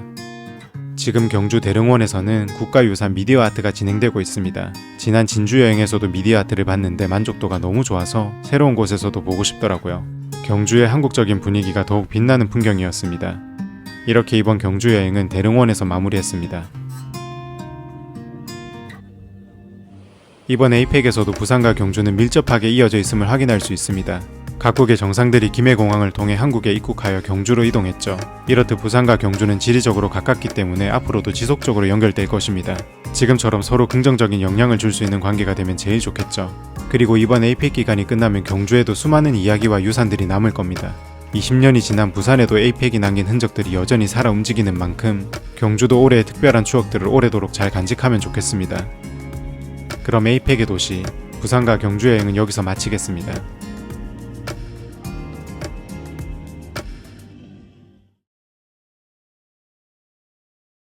코로나 이후 다시 엄청난 호황을 누리고 있는 국내 산업이 있죠. 바로 조선입니다.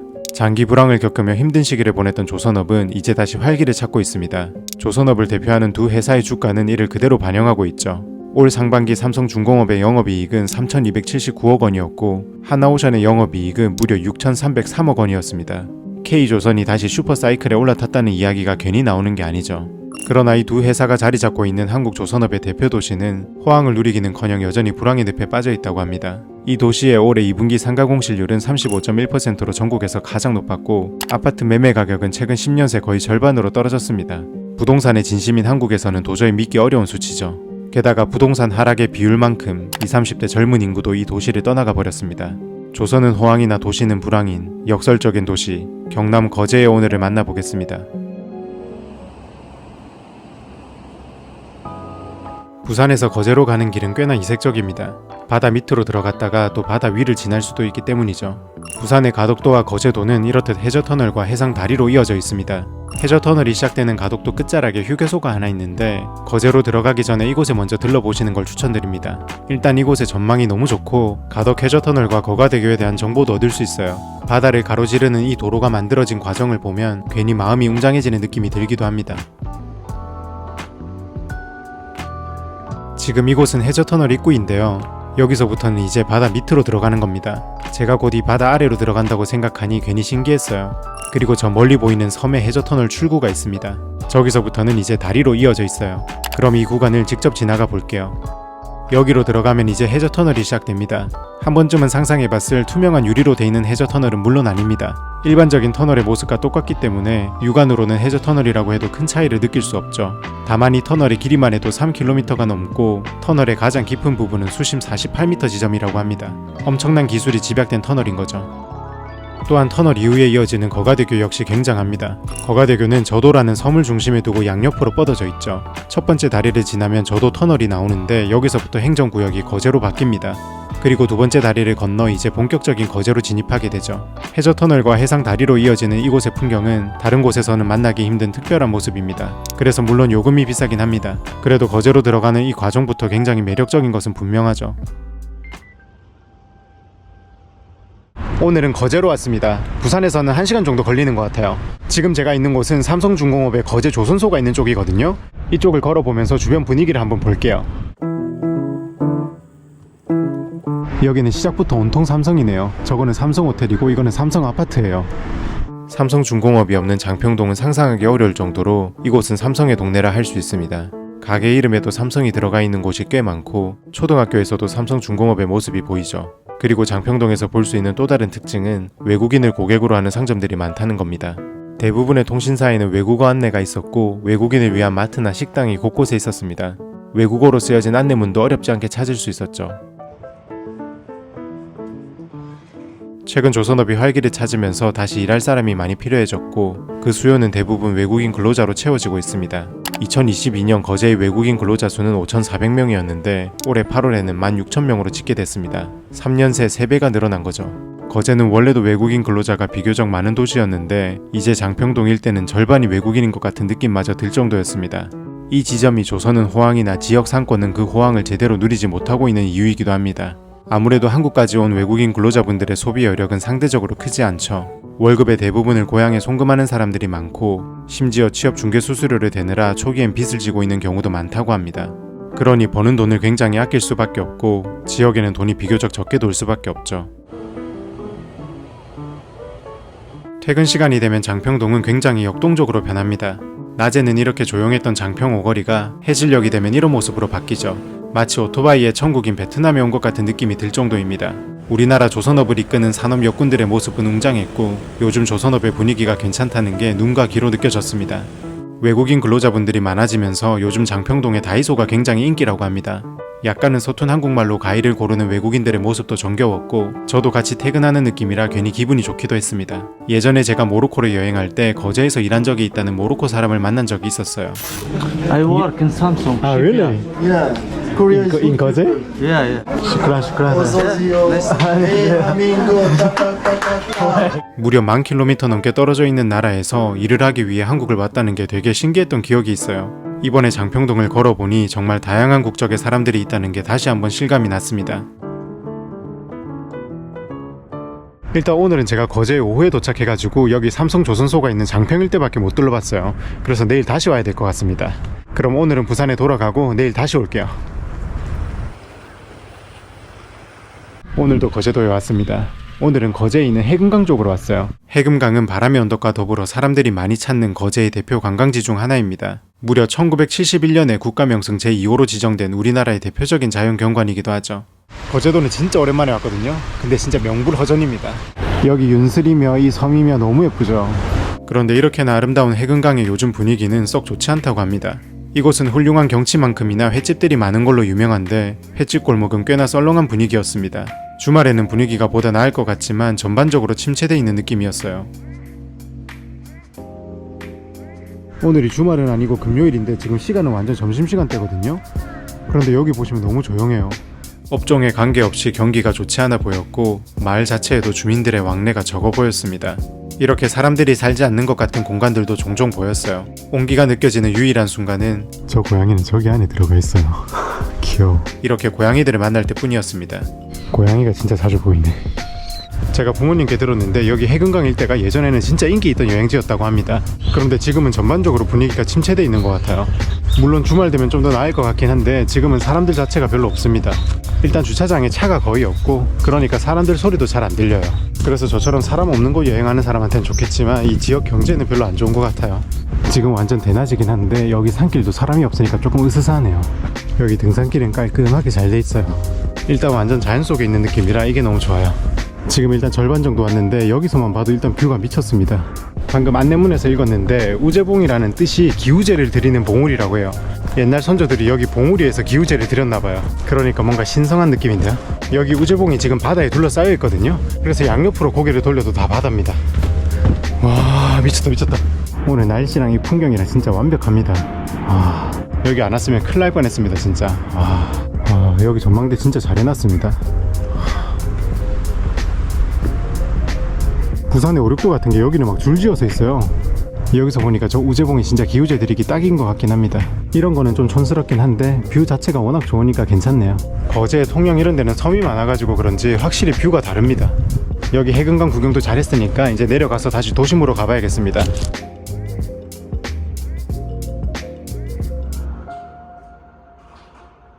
이제 다시 도심으로 와서 오늘은 하나오션이 있는 옥포조선소 쪽으로 왔습니다. 우선 하나오션 정면에 있는 아주동을 걸어보겠습니다. 이곳은 전반적으로 깔끔하고 조용한 분위기였어요.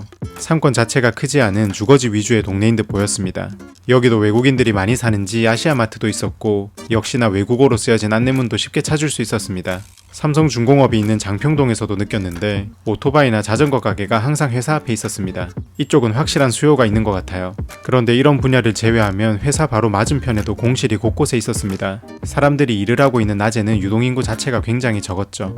그럼 자리를 옮겨 좀 더 큰 상권으로 이동해 보겠습니다. 아주동에서 옥포동으로 넘어왔는데요. 확실히 여기 옥포동이 훨씬 큰 것 같아요. 하나오션 조선소가 잘 보이는 옥포중앙공원에 도착했습니다. 이곳에는 세계 여러 나라의 국기들이 진열되어 있습니다. 이는 옥포 지역에 거주하는 다양한 외국인의 국적을 나타낸다고 합니다. 옥포동에 이렇게 많은 외국인 이웃들이 살고 있는 것이죠. 옥포동은 하나오션 오션플라자 건물이 있는 곳입니다. 과거 대우조선해양 시절부터 직장인들의 왕래가 많은 지역이기 때문에 상권이 크게 형성돼 있죠. 여기도 자전거 가게와 오토바이 가게는 당연히 있고 식당이나 술집도 많습니다. 그런데 이곳 역시 예전처럼 경기가 좋지는 않다고 합니다.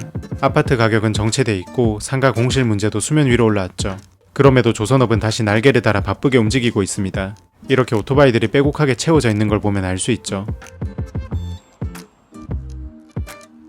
이렇게 거제 조선업의 양대 산맥을 이루는 삼성중공업과 하나오션을 중심으로 거제를 여행해봤습니다. 이번 영상을 만들면서 이런 생각이 들었습니다. 어쩌면 장평동과 옥포동 같은 곳들이 현재 거제에서 상황이 비교적 괜찮은 걸지도 모른다는 생각 말이죠. 그래도 큰 회사가 자리 잡고 있기에 이곳에는 사람들이 모일 수 있는 요인이 여전히 남아있기 때문입니다. 오히려 제가 영상에 담지 못한 거제의 다른 지역들이 더 큰 위기를 맞고 있을지도 모르죠. 결국 지역 경제는 얼마나 많은 사람들을 끌어당길 수 있는지가 관건이고 가장 안전한 방법은 그 지역의 건실한 기업들을 많이 유치하고 또 유지하는 것이 아닐까 싶습니다. 정말 어렵게 다시 찾아온 거제 조선업의 호황이 부디 지역 전체에 퍼지면 좋겠습니다. 그럼 이번 영상은 여기서 마칠게요.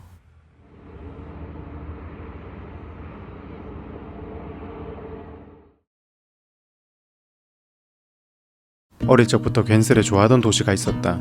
봄이면 가장 먼저 생각나는 곳이고 잔잔한 물의 공간이 많은 곳이다. 그러나 어느 순간부터 이 도시엔 국민적인 반감이 생겼고 나도 자연스럽게 고개를 돌리며 살았던 것 같다. 그렇게 시간이 꽤 흘렀고 오랜만에 다시 이곳의 소식을 접했다. 인구 10만이 깨졌다는 비보였다. 이곳의 오늘은 도대체 어떤 모습일까 문득 다시 궁금해졌다. 나의 오래된 사진들 속의 모습처럼 여전히 아름다울까? 아니면 미디어에서 얘기하는 것처럼 조금은 변했을까? 나는 차가운 바람이 불어오는 올 겨울의 시작을 경남 밀양에서 만나보려 한다.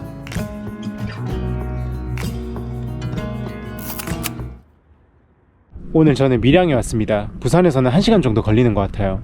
그리고 밀양에서 제가 가장 먼저 도착한 곳은 부산대학교 밀양 캠퍼스입니다. 그런데 여기 캠퍼스 위치가 진짜 기가 막혀요. 여기가 캠퍼스로 들어가는 길인데 완전 논밭에 있어요. 그리고 도심이랑도 거리가 꽤 있습니다. 이 캠퍼스 자체가 속세랑 동떨어져 있는 느낌이라 고시 공부하기 되게 좋을 것 같아요. 학교 앞쪽에는 이렇게 호텔이 하나 덩그러니 있고 되게 조용한 분위기입니다. 대학교 앞 풍경치고는 굉장히 이색적이네요. 캠퍼스 바로 앞에는 이렇게 원룸 단지가 있는데요. 이곳이 거의 유일한 상권처럼 보였습니다. 편의점, PC방, 치킨집, 그리고 소수의 식당들, 학생들에게 필수적인 장소들이 딱 하나씩만 있는 느낌이었습니다. 삼랑진에 위치한 밀양 캠퍼스는 부산대의 이원화 캠퍼스로 나노 및 바이오 관련 학과들이 있는 곳입니다. 1923년에 설립된 밀양대학교가 2006년에 부산대로 통합되며 이 밀양 캠퍼스가 출범하게 됐죠. 당시 밀양시는 이곳 삼랑진 일대의 부지를 제공해주고 각종 비용도 지원해주며 부산대와의 통합을 반겼습니다. 그런데 요즘 부산대와 밀양시 사이의 관계가 다소 삐걱대고 있죠. 최근 부산대는 학제 개편안을 발표했습니다. 핵심은 2026년부터 밀양 캠퍼스 소속 5개 학과를 부산 캠퍼스와 양산 캠퍼스로 이전 및 통합한다는 것입니다. 이렇게 되면 당장 내년부터 밀양 캠퍼스의 신입생 정원이 145명 정도 감소한다고 합니다. 이런 흐름으로 4년이 지나면 전체 학생 수의 약 40%가 줄어들 것으로 전망되고 있죠. 원래도 학생 수 자체가 많지 않은 캠퍼스라 이대로 진행되면 밀양 캠퍼스의 규모는 굉장히 축소될 것 같습니다. 따라서 밀양시는 이러한 부산대의 학제 개편에 반대하는 목소리를 내고 있습니다. 부산대가 밀양시와의 소통을 외면했고 지역과의 상생도 저버린 것 아니냐는 의견이죠. 이에 반해 부산대는 대학 생존을 위해 불가피한 선택이라고 이야기하고 있습니다. 다행히 더 큰 갈등으로 번지기 전에 밀양시와 부산대가 공동 협의체를 구성했다고 하는데 부디 서로에게 이로운 방향으로 잘 해결되면 좋겠습니다. 여기 학교 안에 들어와 보니까 여기서 캠퍼스 생활을 하기가 쉽지 않아 보여요. 왜냐면 일단 학교 주변에 너무 뭐가 없어요. 그런데 심지어 도심이랑도 거리가 꽤 떨어져 있어요. 그래서 도심에 가려면 뭔가를 타고 이동을 해야 될 것 같거든요. 아까 보니까 시내버스가 다니긴 하던데 그 버스 하나에 의존해서 이동하기에는 조금 불편하잖아요. 그렇다고 대학생들이 차를 사기도 조금 힘들 것 같고요. 그래서 일단 이 도시 내에서 이동하는 게 조금 불편할 것 같습니다. 물론 좋은 점은 여기 공기가 되게 좋아요. 여기는 개가 2마리나 있네. 엄청 무서운데? 키우는 거겠죠? 물진 않겠지? 여기 캠퍼스에 길이 되게 산책하기 좋게 돼 있어요. 여기 학교가 너무 조용해서 여기서 논문 쓰면 금방 쓸 것 같아요. 학기 중이었는데도 방학인 것처럼 교정은 고요했고 나름 예뻤습니다. 이 캠퍼스를 걷다 보니 과거 밀양대는 어떻게 됐는지 궁금해졌어요. 부산대와 통합된 이후 원래의 밀양대 캠퍼스는 사실상 폐교가 됐는데 20년이 지난 지금은 그 자리가 어떤 모습으로 바뀌었는지 확인하러 가보겠습니다. 과거 밀양대가 있던 곳으로 왔습니다. 부산대 밀양 캠퍼스와는 달리 밀양대는 도심 한가운데에 있던 대학교였습니다. 밀양 버스터미널과도 상당히 가깝죠. 그러나 폐교된 이후 밀양대 자리는 오랫동안 방치돼 있었습니다. 도심에 생기를 불어넣어주던 학생들도 한순간에 자리를 옮겼기에 밀양 원도심은 당시 꽤나 활력을 잃었었다고 합니다. 여기는 예전에 운동장으로 쓰였던 것 같은데 확실히 세월의 흔적이 느껴집니다. 와, 여기 축구 골대는 완전 부식됐어요. 이 안내문도 되게 예스러운데요. 예전엔 학교 안에서 똥 싸는 사람도 있었나봐요. 이런 거 보면 여기는 시간이 멈춘 것 같아요. 농구 골대가 이렇게까지도 될 수 있구나. 생각해보니까 이렇게 폐교된 대학교 공간을 와본 건 처음인 것 같아요. 그런데 최근 이 공간은 새로운 모습으로 탈바꿈하고 있죠. 밀양시는 옛 밀양대 캠퍼스를 새로운 문화공간으로 활용하고 있습니다. 그래도 여기서는 저 건물이 제일 개조를 많이 한 것 같거든요. 저쪽으로 가볼게요. 과거에 오랫동안 강의와 연구 중심으로 사용되던 밀양대학교 사무관이 최근 새롭게 문을 열었습니다. 밀양소통협력공간이라는 이름으로 다양하게 활용될 예정이라고 합니다. 건물 자체가 시민들이 사용할 수 있는 열린 공간으로 마련돼 있고 밀양대의 역사를 엿볼 수 있는 자료들도 전시돼 있었습니다. 게다가 회의실이나 창업 오피스 같은 공간들도 갖추어져 있었어요. 여기를 둘러보니 지역 커뮤니티가 보다 활성화될 것 같은 기대감도 생겼습니다. 아직은 시범 운영 중이라고 안내가 돼 있었는데 이런 좋은 공간이 널리 알려져서 많은 시민들이 누릴 수 있는 장소가 됐으면 좋겠다는 생각이 들었습니다. 이 밖에도 옛 밀양대 캠퍼스를 활용하기 위한 다채로운 시도가 이어지고 있습니다. 대표적으로 2021년부터 여기서 밀양대 페스타를 정기적으로 개최하고 있죠. 밀양대 페스타는 다양한 음식을 먹으면서 공연도 보고 로컬 마켓도 열리는 지역 대표 축제로 자리매김하고 있습니다. 올해도 11월에 밀양대 페스타가 열렸고 많은 시민들이 참여했다고 해요. 과거 밀양대가 폐교가 되고 방치가 된 공간이 이제 새롭게 변화하고 있는 것 같아서 되게 반갑습니다. 지금은 안 쓰는 이런 공간들도 시간이 지나면 새로운 공간으로 바뀔 것 같아요. 여기에는 제가 좋아하는 카페 공간도 있었습니다. 당연히 과거 밀양대 건물을 활용해서 만든 곳입니다. 카페 이름에서 느껴지듯이 1년 12달을 테마로 디자인했고 사계절을 모두 경험할 수 있는 공간을 구성해 두었습니다. 1층에는 봄과 여름의 공간이 있어요. 음료나 디저트를 주문하는 곳이 봄 분위기로 꾸며져 있었고 맞은편엔 여름의 공간이 있었습니다. 공기가 차가워진 겨울에 푸른 여름 공간을 접하는 것도 이색적이었어요. 이제 아치형 복도를 지나 2층으로 올라가면 가을과 겨울의 공간이 나옵니다. 아무래도 지금이 겨울이라 그런지 겨울 공간에 사람들이 가장 많았어요. 저는 이 카페를 이번에 처음 알았는데 이미 꽤나 유명한 장소더라고요. 제가 여행하며 영상을 찍을 때 종종 끼니는 바빠서 거르기도 하고 대충 편의점 빵 같은 걸로 때우는 경우가 많은데 괜찮은 카페가 있으면 커피는 꼭 마시는 편입니다. 항상 혼자 있다 보니 식당보다는 카페가 좀 더 편하더라고요. 아무튼 카페 공간을 개인적으로 참 좋아해서 다양하게 가보는 편인데 여기는 처음 접하는 테마의 공간이었습니다.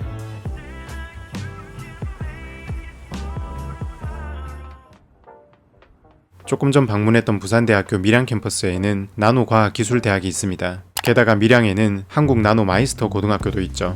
이런 교육기관들이 괜히 밀양에 있는 건 아닙니다. 밀양은 나노융합산업을 적극적으로 육성하려는 목표를 가지고 있죠. 따라서 제가 지금 도착한 나노융합국가산업단지는 밀양시의 미래산업을 위한 핵심적인 장소가 될 것으로 보입니다. 밀양시는 2017년 국토부로부터 국가산업단지 계획을 승인받고 사업을 추진했습니다. 그러나 아직은 그 모습이 제대로 갖추어지진 않았죠. 지금 이곳에 들어와 있는 기업으로는 삼양식품이 유일합니다. 삼양식품 공장을 제외하면 주변은 아직 썰렁한 분위기였습니다. 제가 지금 삼양 공장 바로 옆에 있거든요. 보통 공장 옆에서 나는 냄새는 안 좋은데 여기는 좋은 냄새가 나요. 라면 냄새 같은 게 나가지고 냄새가 전혀 불쾌하지 않고 오히려 좋았어요. 사람이 워낙 안 다녀서 그런지 이렇게 풀들도 곳곳에 자라있어요. 제가 예전에 갔던 부산의 에코델타시티랑 분위기가 좀 비슷합니다. 거기는 물론 지금은 조금 낫겠지만 제가 갔을 때는 여기처럼 횡한 데가 많았거든요. 여기를 걸으니까 그 에코델타시티 생각이 나네요. 여기도 물론 앞으로는 훨씬 나아질 것입니다. 나노 산업에 걸맞는 훌륭한 기업들이 많이 들어오고 그 기업들에서 일할 수 있는 인재들을 꾸준히 양성하면 가장 좋을 것 같아요. 다음에 이곳에 왔을 땐 보다 많은 회사들을 볼 수 있으면 좋겠습니다. 오늘도 밀양에 왔습니다. 오늘은 밀양의 시골 분위기가 궁금해가지고 한 작은 마을로 왔어요.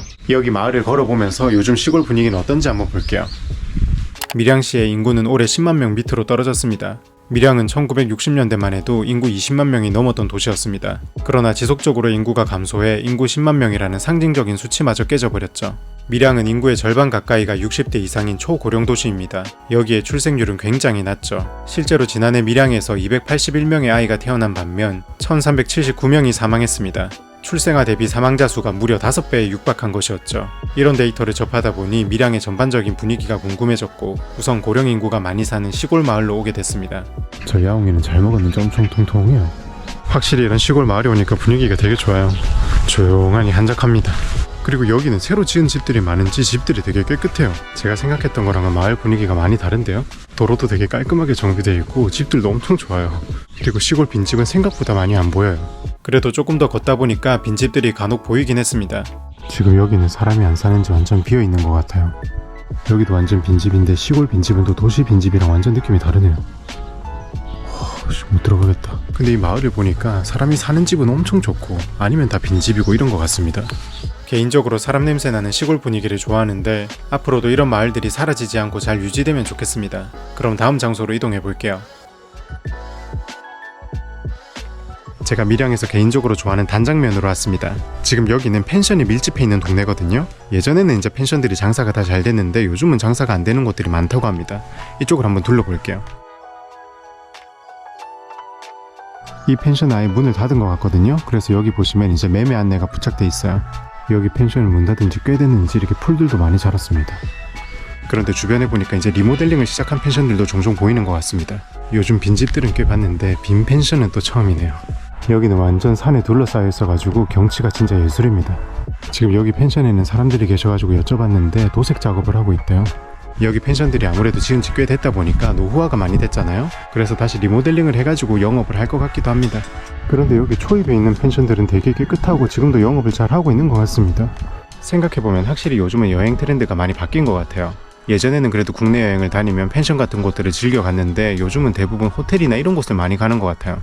저야 맨날 혼자 여행 다니니까 숙박도 잘 안 하고 뭐 잠을 자도 아무 때서나 자는데 제 주변에도 보면 숙박을 해도 펜션에는 잘 안 묵는 경우가 많더라고요. 요즘은 그래서 여행도 호텔이 잘 돼 있는 곳으로 가는 것 같고 이렇게 자연 속에 있는 시골 펜션에는 잘 안 오는 것 같더라고요. 그래서 여러 이유들이 겹쳐서 이렇게 문 닫은 펜션들이 있는 것 같습니다. 그럼 이제 단장면에 있는 다른 곳으로도 가볼게요.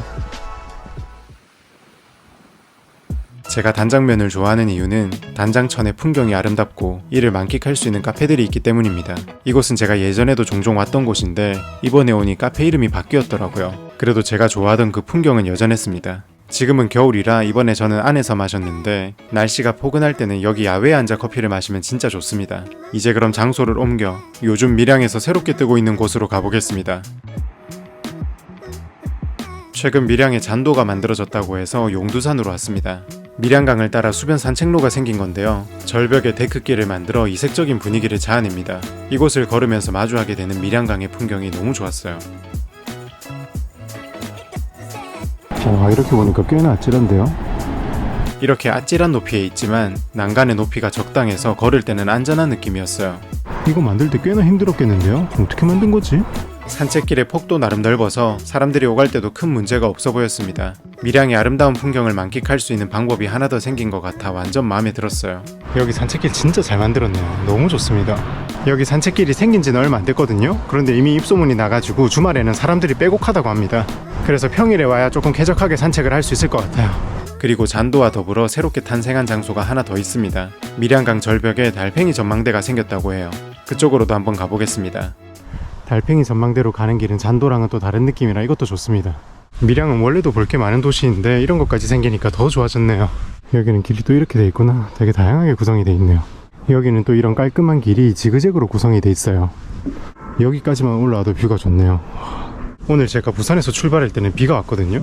그런데 오후 되니까 비도 그치고 지금 날도 엄청 따뜻해요. 오늘 날도 진짜 좋다.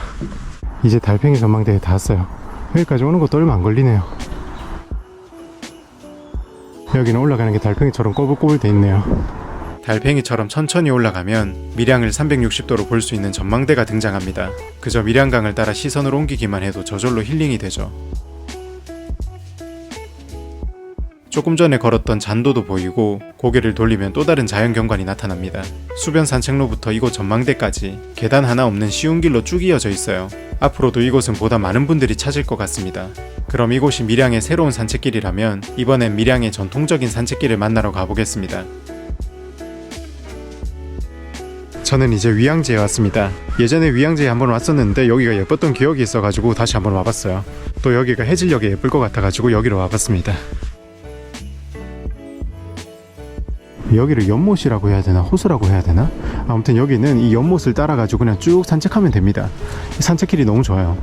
위양지는 신라시대 때 농업용수를 공급하기 위해 축조한 저수지입니다. 백성을 위한다는 의미에서 위양지라고 부르죠. 저수지 가운데는 완제정이라는 작은 정자가 있는데 이곳의 풍경은 이팝나무가 필 무렵에 가장 아름답습니다. 이팝나무는 여름이 시작되는 절기인 이파에 핀다고 해서 이팝나무라는 이름이 붙여졌다는 이야기가 있죠. 그리하여 이곳 위양지도 여름에 가장 예쁘지만 겨울에도 그 나름의 매력이 있는 것 같습니다. 여기는 이렇게 산책하다 보면 물 쪽으로 늘어진 나무들이 종종 있어요. 이게 멋있습니다. 여기 예전에 왔을 때 엄청 큰 나무가 있었거든요. 거기가 약간 포토스팟처럼 기능하던 곳이었는데 그거 한번 찾으러 가보겠습니다. 여기 위양지가 그래도 꽤 넓거든요. 그런데 지금 사람 한 명도 안 보여요. 사람이 너무 없어가지고 지나치게 평화로워요. 여기도 이렇게 산책길이 잘 돼 있잖아요. 이런 거 보면 밀양은 진짜 걷기 좋은 도시인 것 같습니다. 그냥 가볍게 트레킹할 수 있는 코스도 많고 영남 알프스처럼 산에 올라가기도 좋아요. 밀양이 진짜 걸으면서 여행하기는 최적화된 도시인 것 같습니다. 여기 이제 포토스팟 나무가 있는 것 같아요. 예전에 이런 거 없었는데 이런 것도 해놨네요. 근데 뭔가 나무가 좀 달라진 것 같은데? 예전엔 나무가 이런 모습이 아니었거든요. 이렇게 동그랗게 해가지고 사람이 올라가서 앉아서 사진 찍을 수 있는 그런 곳이었는데 지금은 왜 이렇게 됐지? 사람들이 너무 많이 올라가서 부서졌나? 도대체 뭘 찍는 거지? 그래도 풍경은 진짜 좋습니다. 겨울이라 그런가 뭔가 여기 분위기도 좀 쓸쓸하네요. 이제 이 오리들도 잘 시간인지 나뭇가지에 다 붙어 있어요. 이제 해도 지고 날도 추워지고 배도 고픕니다. 그냥 맥도날드 가서 햄버거는 하나 때리고 나중에 영남루 야경이나 보고 집에 가야겠습니다. 이렇게 오늘 밀양을 걸어봤습니다. 비록 인구 10만 명은 깨졌지만 밀양에는 기대되는 요소들이 많이 있었어요. 실제로 밀양시는 문체부로부터 지속 가능한 문화도시의 모델을 제시했다고 평가받아 2024년 올해의 문화도시로 선정되기도 했습니다. 앞으로도 원도심이 보다 활성화되고 나노 융합 산업도 육성시킨다면 더 좋은 도시가 될 거라 생각합니다. 그럼 이번 밀양 여행은 여기서 마칠게요.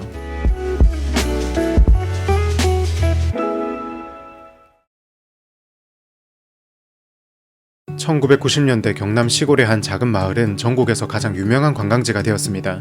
국내 최초이자 국내 최대급 워터파크라 할 수 있는 부곡 하와이가 전성기를 맞으며 이 일대는 말 그대로 한국의 하와이가 됐습니다.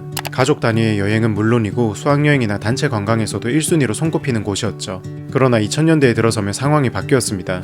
전국 각지에 새로운 워터파크들이 등장했고 부곡 하와이가 아닌 진짜 하와이를 가는 해외여행도 대중화되기 시작했죠. 이에 반해 부곡 하와이의 시설은 시간이 흐르며 점차 노후화됐고 급변하는 시장에 대응할 만한 적절한 투자와 변화가 이루어지지 않아 부곡 하와이는 자연스럽게 경쟁력을 잃었습니다. 결국 2017년 부곡 하와이는 문을 닫았고 부곡 일대도 함께 쇠퇴하게 됐죠. 그러나 요즘 다시 이곳이 떠오르고 있습니다. 부곡 하와이는 추억 속으로 사라졌지만 부곡의 천연 온천까지 사라진 건 아니었죠. 2023년 부곡은 국내 1호 온천 도시로 지정되며 다시 그 가치를 인정받기 시작했고 프라이빗한 공간에서 온천을 즐길 수 있는 이곳만의 환경은 요즘 여행 트렌드에도 부합했죠. 실제로 2025년 부곡 온천 방문객은 300만 명을 돌파할 것으로 전망되고 있습니다. 게다가 부곡이 있는 경남 창녕은 최근 유네스코 3관왕을 달성하며 도시 전체의 가치가 재조명되고 있죠. 이렇듯 추억 속으로 사라진 줄 알았지만 조용히 부활하고 있는 경남 창녕을 지금 만나러 가보겠습니다.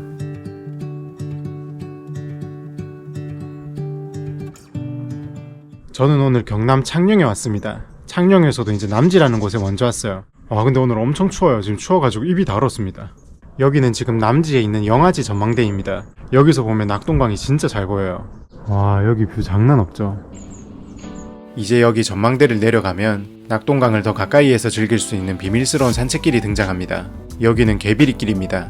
개비리길 이름의 유래에는 이곳의 풍경처럼 예쁜 이야기가 있습니다. 개비리길 인근에는 영아지 마을이 있습니다. 옛날 이 마을에서 한 할아버지가 개 한 마리와 함께 살고 있었어요. 그러던 어느 날 이 개가 새끼를 낳았다고 합니다. 할아버지는 새끼들 중에서 유독 작고 약해 보이던 한 마리를 다른 마을에 살고 있는 자기 딸에게 보냈습니다. 할아버지의 딸은 산 너머에 있는 용산 마을에 살고 있었죠. 그런데 며칠 뒤 딸은 놀라운 광경을 목격하게 됩니다. 그녀의 집 마당에 어미개가 나타나 새끼에게 젖을 물리고 있었던 겁니다. 하루 이틀이 아니었습니다. 어미개는 새끼가 꽤 자랄 때까지 매일같이 이 먼 길을 찾아와 젖을 먹였죠. 이 놀라운 소식은 마을 전체에 퍼져나갔습니다. 마을 사람들은 어미개가 어떻게 매일 산을 넘어오는 건지 궁금해서 하루는 그 개를 뒤따라가 보기로 했죠. 그런데 놀랍게도 어미개가 향한 길은 사람들이 다니는 평범한 산길이 아니었습니다. 강 절벽에 나 있는 좁은 샛길로 다녔던 것이었죠. 이 길은 사람들이 전혀 몰랐던 길이었고 산을 넘어가는 것보다 훨씬 가까운 길이었습니다. 이때부터 사람들은 산을 넘지 않고 이 길을 통해 마을을 오가게 됐죠. 그래서 개가 다닌 빌이라는 뜻을 담아 이 길의 이름을 개비리길로 지었다고 합니다. 아무튼 유래도 아름다운 이 개비리길을 이제 본격적으로 걸어보겠습니다. 지금 여기는 남지의 개비리길인데 여기 입구부터 너무 멋있어요. 여기 지금 윤슬이랑 풍경 미쳤죠.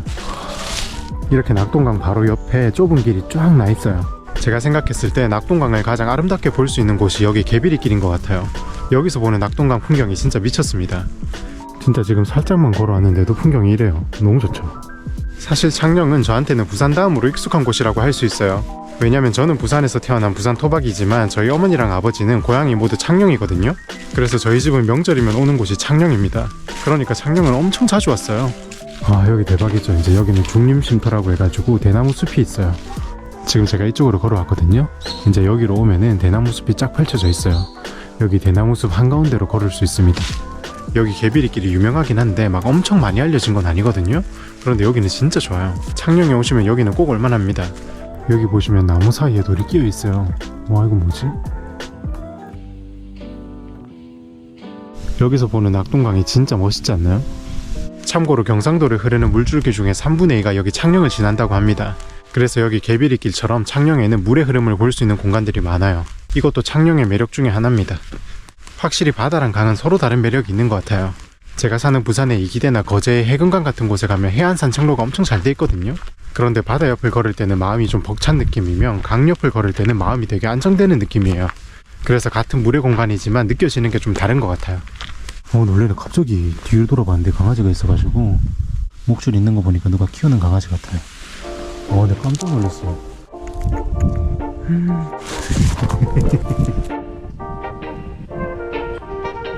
이거 무슨 분이야?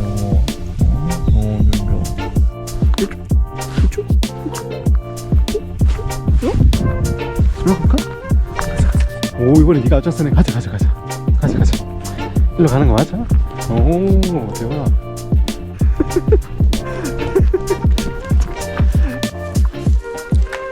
굿잡. 얘 집은 여긴가 본데요?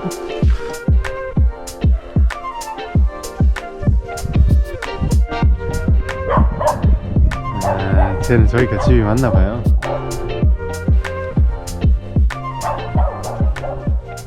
좀 전에 그 강아지랑 헤어지고 나서 시간을 보니까 시간이 꽤 지났더라고요. 그래서 더 늦으면 안 될 것 같아가지고 다시 돌아가고 있습니다. 이제 배가 고파져서 점심을 먹으러 가볼게요.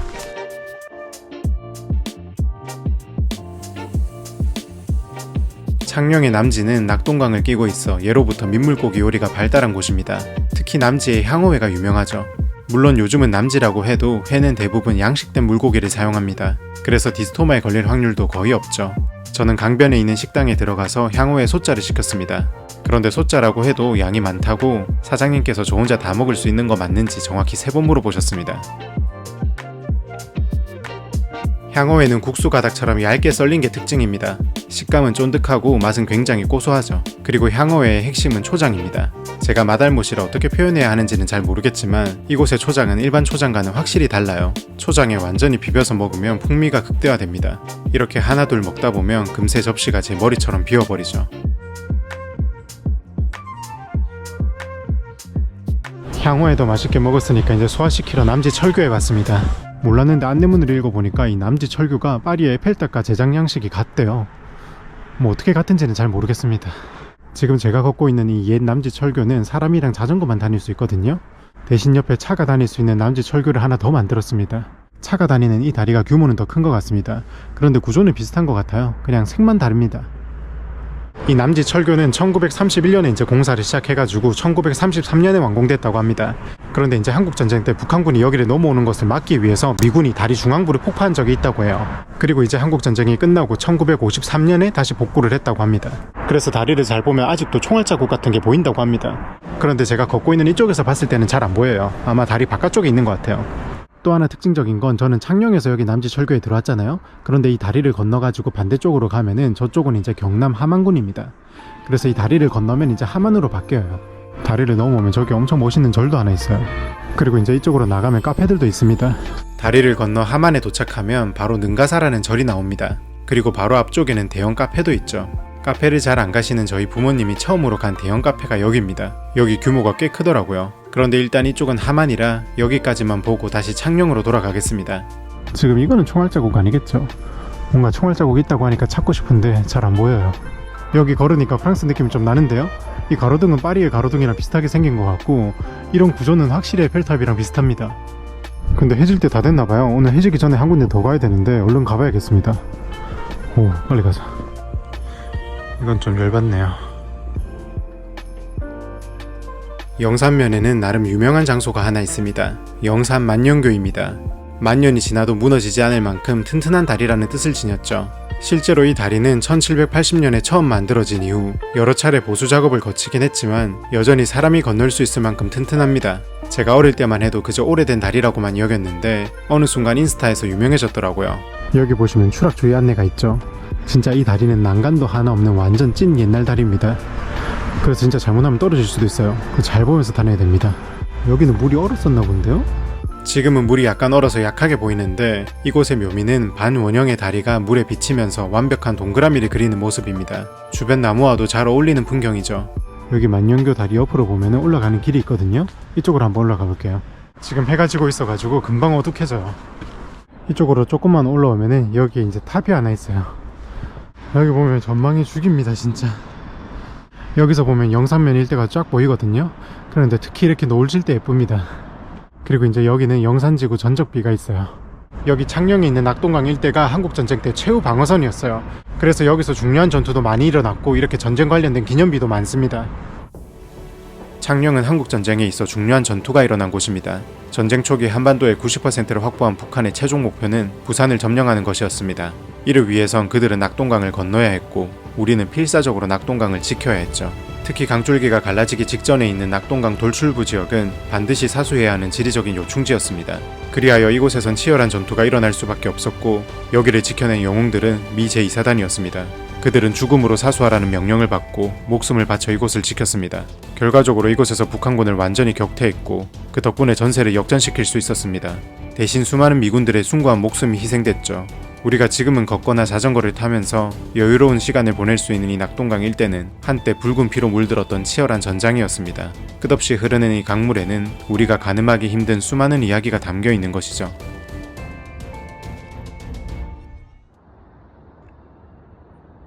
여기 보시면 제가 조금 전에 있었던 만년교도 있고 저쪽은 이제 연지못이에요.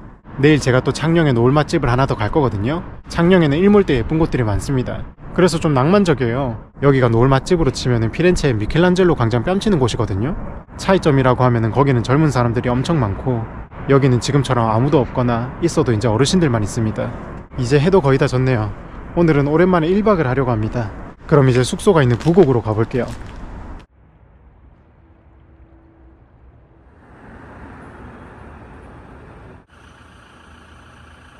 엘리베이터에서 좋은 냄새 나는데요? 오 대박. 근데 완전 목욕탕이네. 저는 준특실로 예약했거든요. 근데 이 준특실이 제일 작은 방 같았어요. 근데 뭐 방도 깔끔하고 괜찮은데요? 오. 제가 여기 어때였나? 아무튼 숙박 앱으로 예약을 했는데 딱 5만원이었어요. 가격 괜찮죠? 뷰가 있는지 한번 볼까요? 오. 일단 앞에 건물이랑 따닥따닥 안 붙어 있어서 그것만 해도 뭐 만족합니다 저는. 근데 방도 이렇게 봤을 때는 그냥 깨끗해 보여요. 수건도 4장이나 있고 베개나 침구류도 다 괜찮은 것 같고 오, 저 완전 만족. 물론 오늘이 이제 월요일입니다. 그래서 평일이라 가격이 좀 더 싸겠지만 그래도 가성비가 좋아요. 방금 편의점에서 사온 겁니다. 이게 이제 제 저녁이자 야식입니다. 완전 근본 있죠. 여기 부곡의 숙소들은 공통되는 특징이 하나 있거든요. 그게 각 방마다 이렇게 온천을 즐길 수 있는 공간이 독립적으로 있다는 거예요. 제가 예약한 방은 단돈 5만원짜리 숙소인데도 불구하고 이게 다 있습니다. 여기서 바로 온수를 틀 수가 있거든요. 이게 다 온천수입니다. 그리고 여기도 안내가 되어 있는데 부곡 온천수가 이제 국내 최고 온도인 78도 온천수라고 합니다. 그리고 이게 다 100% 유황 온천수래요. 그래서 온천수 자체가 되게 미끌미끌하다고 하더라고요. 그런데 이게 효능이 많아요. 여기 나와 있는 것처럼 피부 질환, 신경통, 부인병, 아토피 이런 거에 효과가 있다고 합니다.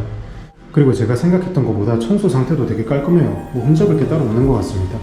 그러면 이제 이거 물마개를 막고 물을 좀 받아볼게요. 오, 뜨거워. 완벽하죠. 이제 준비 다 됐습니다.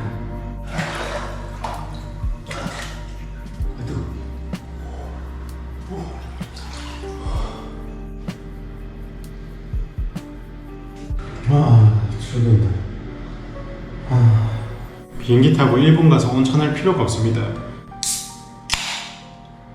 대신 일본 맥주 들고 와가지고 여기 부곡 온천 오면은 이게 천국입니다. 진짜. 살짝 정신이 나가는데요. 이런 공간을 단독으로 쓸 수 있다는 게 진짜 큰 이점인 것 같아요. 다른 사람들 눈치 안 봐도 되고 이렇게 맥주 하나 들고 와서 마실 수도 있고 완전 좋아요. 그리고 진짜 이 물에 있다 보니까 피부가 되게 미끌미끌해요. 그런데 이렇게 뜨거운 데서 술 먹으니까 취기가 바로 올라와요. 와, 이거 사고다, 사고.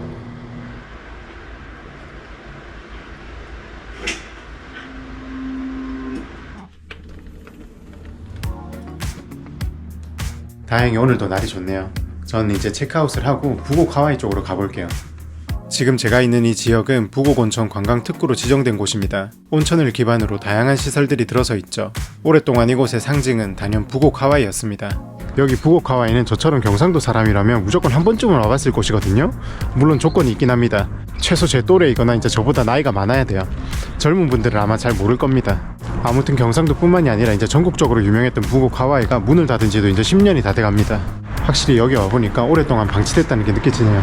여기는 보면 근데 사료랑 물도 있어요. 누가 고양이 밥을 주시나봐요. 난 거기서 뭐하니? 와, 괜히 분위기가 살벌한데요. 확실히 이렇게 방치되어 있는 공간은 그 독특한 느낌이 있어요.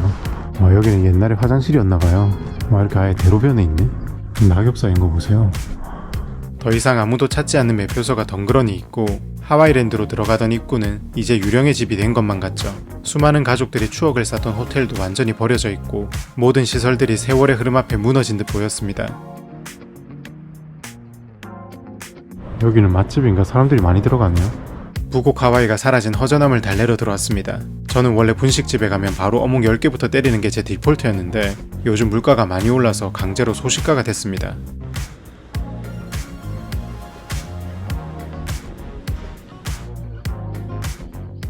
창녕이 또 옛날 무덤이 많은 곳이거든요.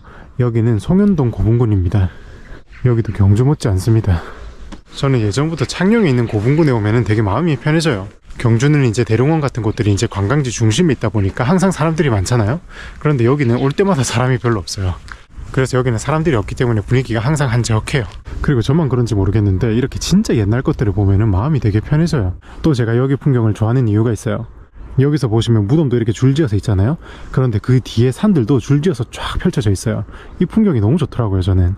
그래서 여기서 보면 이 풍경이 진짜 유독 아름다워요. 지금 제 뒤로 보이는 이 풍경은 진짜 완전 한국적인 풍경이고 경주에서 보는 풍경이랑은 또 다릅니다. 창녕에서만 볼 수 있는 풍경이라고 생각해요. 그리고 제가 창녕에서 제일 좋아하는 곳 중에 하나입니다. 또 여기가 제가 어제 말씀드린 창녕의 노을 맛집 중에 하나거든요. 그런데 오늘은 좀 흐려가지고 노을 분위기가 제대로 안 날 것 같긴 합니다. 이쪽에서 보는 풍경도 미쳤네요. 이렇게 보니까 무덤이 너무 커가지고 산이 여러 개 있는 것 같아요. 지금 여기는 송현동 고분군이거든요. 그런데 이제 이 근처에 또 교동 고분군이 따로 있습니다. 이제 그쪽으로 한번 가볼게요. 생각해보니까 제가 유네스코가 등재되고 나서는 처음 오는 것 같아요. 옛날에는 이런 게 없었거든요. 확실히 제가 예전에 왔을 때보다 훨씬 정비가 잘 돼 있어요. 유네스코의 힘인가. 제가 조금 전에 있었던 송현동 고분군은 저기입니다. 그렇게 멀지 않아요. 차로는 한 1, 2분이면 오고 걸어서도 한 10분 정도밖에 안 걸립니다. 저기 송현동 고분은 이제 산속에 있는 느낌이었잖아요. 그런데 이제 여기는 도로 양쪽에 고분이 있습니다. 그래서 느낌이 좀 달라요. 여기는 또 아버지가 좋아하는 곳이어가지고 명절 때 시간 남으면 아버지랑 종종 왔었거든요. 또 그 기억이 나네요. 개인적으로 저는 송현동 고분보다는 여기를 좀 더 좋아해요. 여기가 뭐랄까 좀 더 정겨운 느낌이에요. 특히 저는 여기서 이 공간을 좋아합니다. 여기 나무 밑에서 보면은 논밭이 쫙 펼쳐져 있어요. 아, 여기 풍경 진짜 예쁘죠. 여기 풍경은 지금이 겨울인 걸 좀 감안해 주셔야 됩니다. 다른 계절에 훨씬 예쁩니다. 뭔가 여기서 후다닥 뛰어나오면 진짜 무섭겠죠. 저쪽까지 올라가 볼게요. 저기서 보면 또 풍경이 좋아요. 이렇게 길이 연결돼 있는 것 같아요. 와, 이 길 예술이네. 와, 근데 진짜 너무 잘 해놨네.